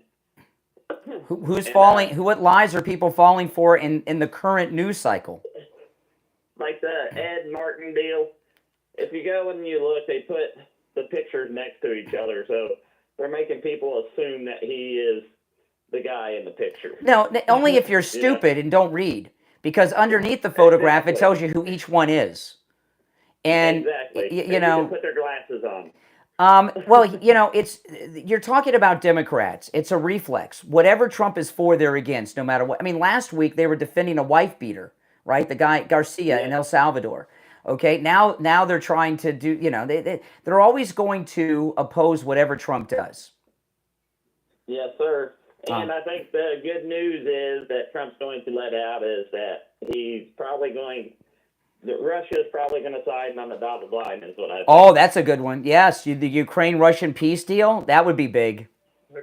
Yeah. All right, Ohio. See, Ohio, my home state. Very wise people from Ohio. All right. You know, 10 presidents are from Ohio. There are more presidents from Ohio than any other state, and JD might be the 11th, right? As the second MAGA president. You're on the air. What's your name? Where are you calling from? Yeah, good morning, gentlemen. This is Greg. Excuse me. Speak up, Greg. We want to hear your venom. No, there is no venom here, Brian. You see, you go right to the negativity, Brian. Guess what? You're what to Kamala is Steve is to Biden. That's how you guys discuss. Hey, hold on. I am to wait. Slow down. I am to Kamala. What does that mean? I'm a drunk. I have sugar daddies. What does that mean? That I have sugar daddy and I'm drunk? I'm like Kamala. What does that mean? Can I answer the question? Yeah. That means that you speak about things that you have no knowledge. Oh, okay. And let's go to the other analogy. No, I don't think so. The other analogy is we're running short on time. I mean, my goodness. That was weak, Steve. They're running out of stuff. What's happening, the never Trumpers and the left are losing their minds because we're winning so much. And they're pretty, you got to understand, they're in pretty frustrated psychological shape at this point. Yeah, but you know, MAGA people, we've got to just enjoy and savor this. You know, I remember, remember the old FTL, of course, great radios, the old WFTL that where we started working. I remember once at the radio station, there were all these people who are all chill out. This is the best radio gig you're ever going to have. Stop complaining. You know, and going on right now. You know, this is the greatest president and the greatest term that we will ever experience in our lifetime. So people enjoy every moment of it and savor it. We're never going to have another president like this that has a mandate like this that is so right on everything as President Trump is in this second term. And, you know, the first 100 days we got through a week ago, I want this 4 years to go by very slow, and I want to savor every instance of it. But the caller who said that the announcement might be the Ukraine-Russia peace deal, that would be the best, Steve. Wouldn't that be something? Yeah, depending how long it lasted. If it wasn't more than a day. Well, if he starts sending the Americans to start working in those mineral mines in eastern Ukraine, it's an ingenious idea, I must say. It could, you know, he could be flying to the Middle East for a summit meeting with Zelensky and Putin to sign the deal, because you know they've been doing the peace talks have been taking place in Saudi Arabia, if I remember correctly, with Russia. So you know that's a strong possibility. You're on the air. What's your name? Where are you calling from? Brian from Deerfield. Yes, Brian. Hey guys, how are you today? All right. Steve, I think that high-ranking naval officer you're talking to was transferred, maybe released. I think it was Admiral Levine. I'm not positive. No, Levine was Rachel Levine wasn't in the Navy. They were in the National Health Service, which is under the Surgeon General. No, that's not a real naval admiral. That's Health and Human The Health and Human Services, like that's what the Surgeon General's with. They wear naval-looking uniforms, but they're not the Navy. Okay. Second point I wanted to make is in his first term of office, President Trump got a very important process underway called the Abraham Accords. I think with 3 signatories to the agreement. I think the announcement is he's going to add a 4th one. I think that's going to be Saudi Arabia. Well, he said before, but he said before he goes. That would happen there. There may be an agreement and understood before the actual signing of the agreement. Possibility. The last point I want to make, today is the first day of the convocation in Rome to pick a new pope. If you hear the name Pectus Romanus coming out of this agreement, Peter the Roman, this is not good news. But it's something to pay attention to. It's a major, major event, and there will be a vote today. I'm hoping, I would like to see, we're out of time for the day. I appreciate it. I would like it to be Cardinal Dolan would be the pope. That would be my wish. From New York. No, they're not going to pick an American, and he's pretty conservative. We're out of time, Steve. So, but we'll be back tomorrow, right? This show flew by, that's for sure. It's the Steve Kane Show. I'm Brian. Steve Kane, of course, has been here. We'll see you tomorrow morning at 6 a.m. Thanks, everyone. Take care. Have a great day.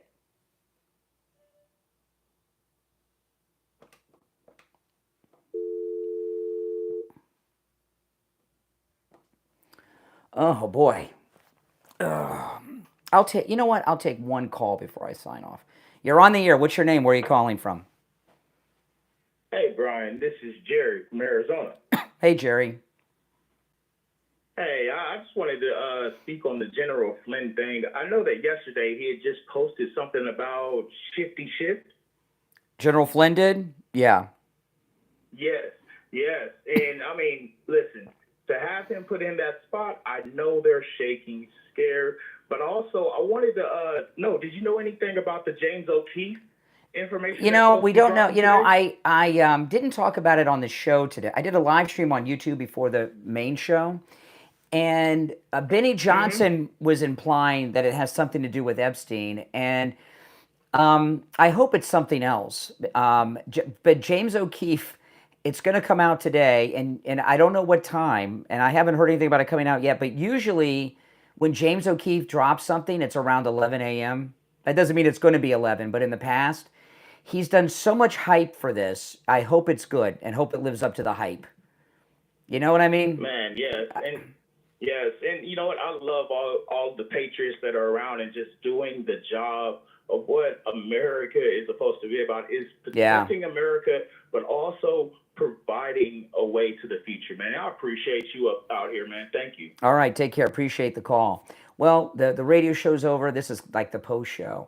And I love James O'Keefe. I mean, he deserves Pulitzer Prizes multiple times for his incredible journalism, but he's done so much hype around this that I just hope that it lives up to the hype, right? If it lives up to the hype, that'll be great, because he's always breaking good stuff, and it's been a long time since he has gotten the publicity he deserves for his breaking investigative journalism. James O'Keefe, I think he's the best. I mean, I love him, And Laura Loomer started out with James O'Keefe. A lot of people don't know that, but. I hope it's not Epstein. I hope it's something involving what they're doing against Trump. And the reason I say that is I just don't think there's a lot of documents out there involving Jeffrey Epstein. Whatever documents they had were either destroyed or they're in the possession of the deep state to use as blackmail. And I just don't think that there's ever going to be, at least not for 50 years, any Epstein documents that are going to be like the big, okay, now justice is going to be done. I think that's an unrealistic expectation. Believe me, when they went to his island and they went to his house, that's probably where the records were, which would be not files. I think the records would be videos, thumb drives, photographs, things like that. They either destroyed all that or they put it in files to blackmail these high-ranking government officials and important people, would be my guess. I just don't think that the government of the United States, I don't think Pam Bondi's Justice Department has any files that would move the needle on that. I just don't. But I would like them to be public, but I don't think so. All right, I'll take another call before I go. What the heck? Let's see. You're on the air. What's your name? Where are you calling from? Sarah from Florida. Hey, Sarah. Yeah, you got some real libtards on today. Yes. We're going to say, what's the deal? Why can't they go after Mayorkas? They didn't pardon him. He never got, I mean, why can't they, it's like. Well, how do we know they're not? I mean, Mayorkas, who was responsible for the border invasion, you know, who says that they're not going after him?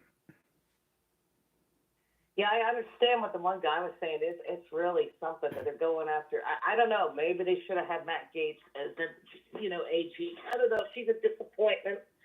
I don't know. It's because they want to make sure they cross their T's and dot their I's for everything.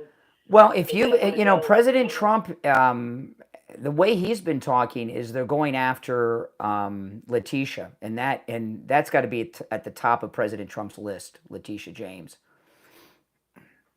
Well, I always thought, my order of people I'd love to see in prison. Well, the number one, let's face it, everybody wants to see Fauci in prison. I know he got. That's not going to happen. That's not going to happen. I know. You got the part. See, the thing about Letitia, the mortgage fraud is federal, and her signature are on an endless number of documents committing the fraud, so they can get her. Fauci was pardoned. You got to go between who your wish list is and who they can really get. But just because they haven't arrested anyone does not mean the indictments are not coming. It hasn't been that long. They got to investigate. They got to interview witnesses. They got to collect evidence, and they may have indictments that they've not released yet. They may have sealed indictments from grand juries. Dan Bongino just didn't, like you said, left that big lucrative job just to twiddle his thumbs. I think I believe that if Bongino went there and they weren't doing anything, he'd quit, and it would be very public. I don't think he would stick around and be part of a cover-up. If he thought that if they weren't doing what we want them to do, he would quit. Well, like I said, I thought low-hanging fruit would be Mayorkas because he was one that he didn't get. Well, what would you get on him? I mean, if I were thinking about Mayorkas, because he's responsible for the border being open, right? I would look at his financials of him and his family. He lied. He said everything's safe. The border is safe. Everything's under control. He said that in 23. He said that in 24. He was very confident. But you can't go after someone because you don't like them or don't like what they did. You have to have a crime. It's like with Letitia James, the mortgage fraud, that is a documented crime with evidence, right? So that's something you can take to a jury and say, look, she signed this document and said she was married to her father. It's mortgage fraud. With Mayorkas, there may not, there's not that kind of evidence unless you could find that he got really rich during his time. Hey, Rich, I appreciate the call. You guys know what I mean? I think Letitia's a great start because everything's documented. All right, listen, if you're new to my channel, my name is Brian Craig, but I'll tell you, don't be so sure that Pam Bondi has not secured indictments. Grand juries are secret and they don't leak. Other presidents and administrations leak things. And Pam Bondi could have a whole stack of sealed indictments, okay? I would not be surprised. You're on the air. What's your name? Where are you calling from? Hello? You're on the air. What's your name? Where are you calling from? Yeah, Brian, I'm sorry. Good morning. This is Nick out of Baltimore. Hey, Nick. I wanted to mention one thing here. People are questioning Bongino and Cash Patel and Pam Bondi. We're not privy to the information that they're dealing with, and they're not going to reveal their hand on what they're doing.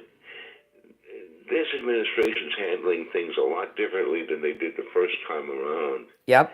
And before people hit the panic button and say, "Well, they're not doing anything," they're doing a lot behind the scenes, and they have to build up the cases in the proper way so that they can go after these Democrats and these rogue judges. See, they're going after people. You're right. They're going after very powerful, connected people that are of the class that no one's gone after before.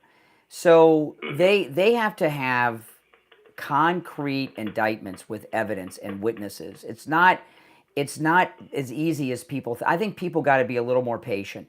But Pam Bondi should stop doing fentanyl press conferences and stop doing as many TV interviews, because that's aggravating people, I think. And it's there's so much stuff. You know, yesterday when she had that press conference about the fentanyl, you know, it got cut off before you could see. I'm going to see if any reporters went up to look at those bags of evidence. I bet you they didn't. Yeah.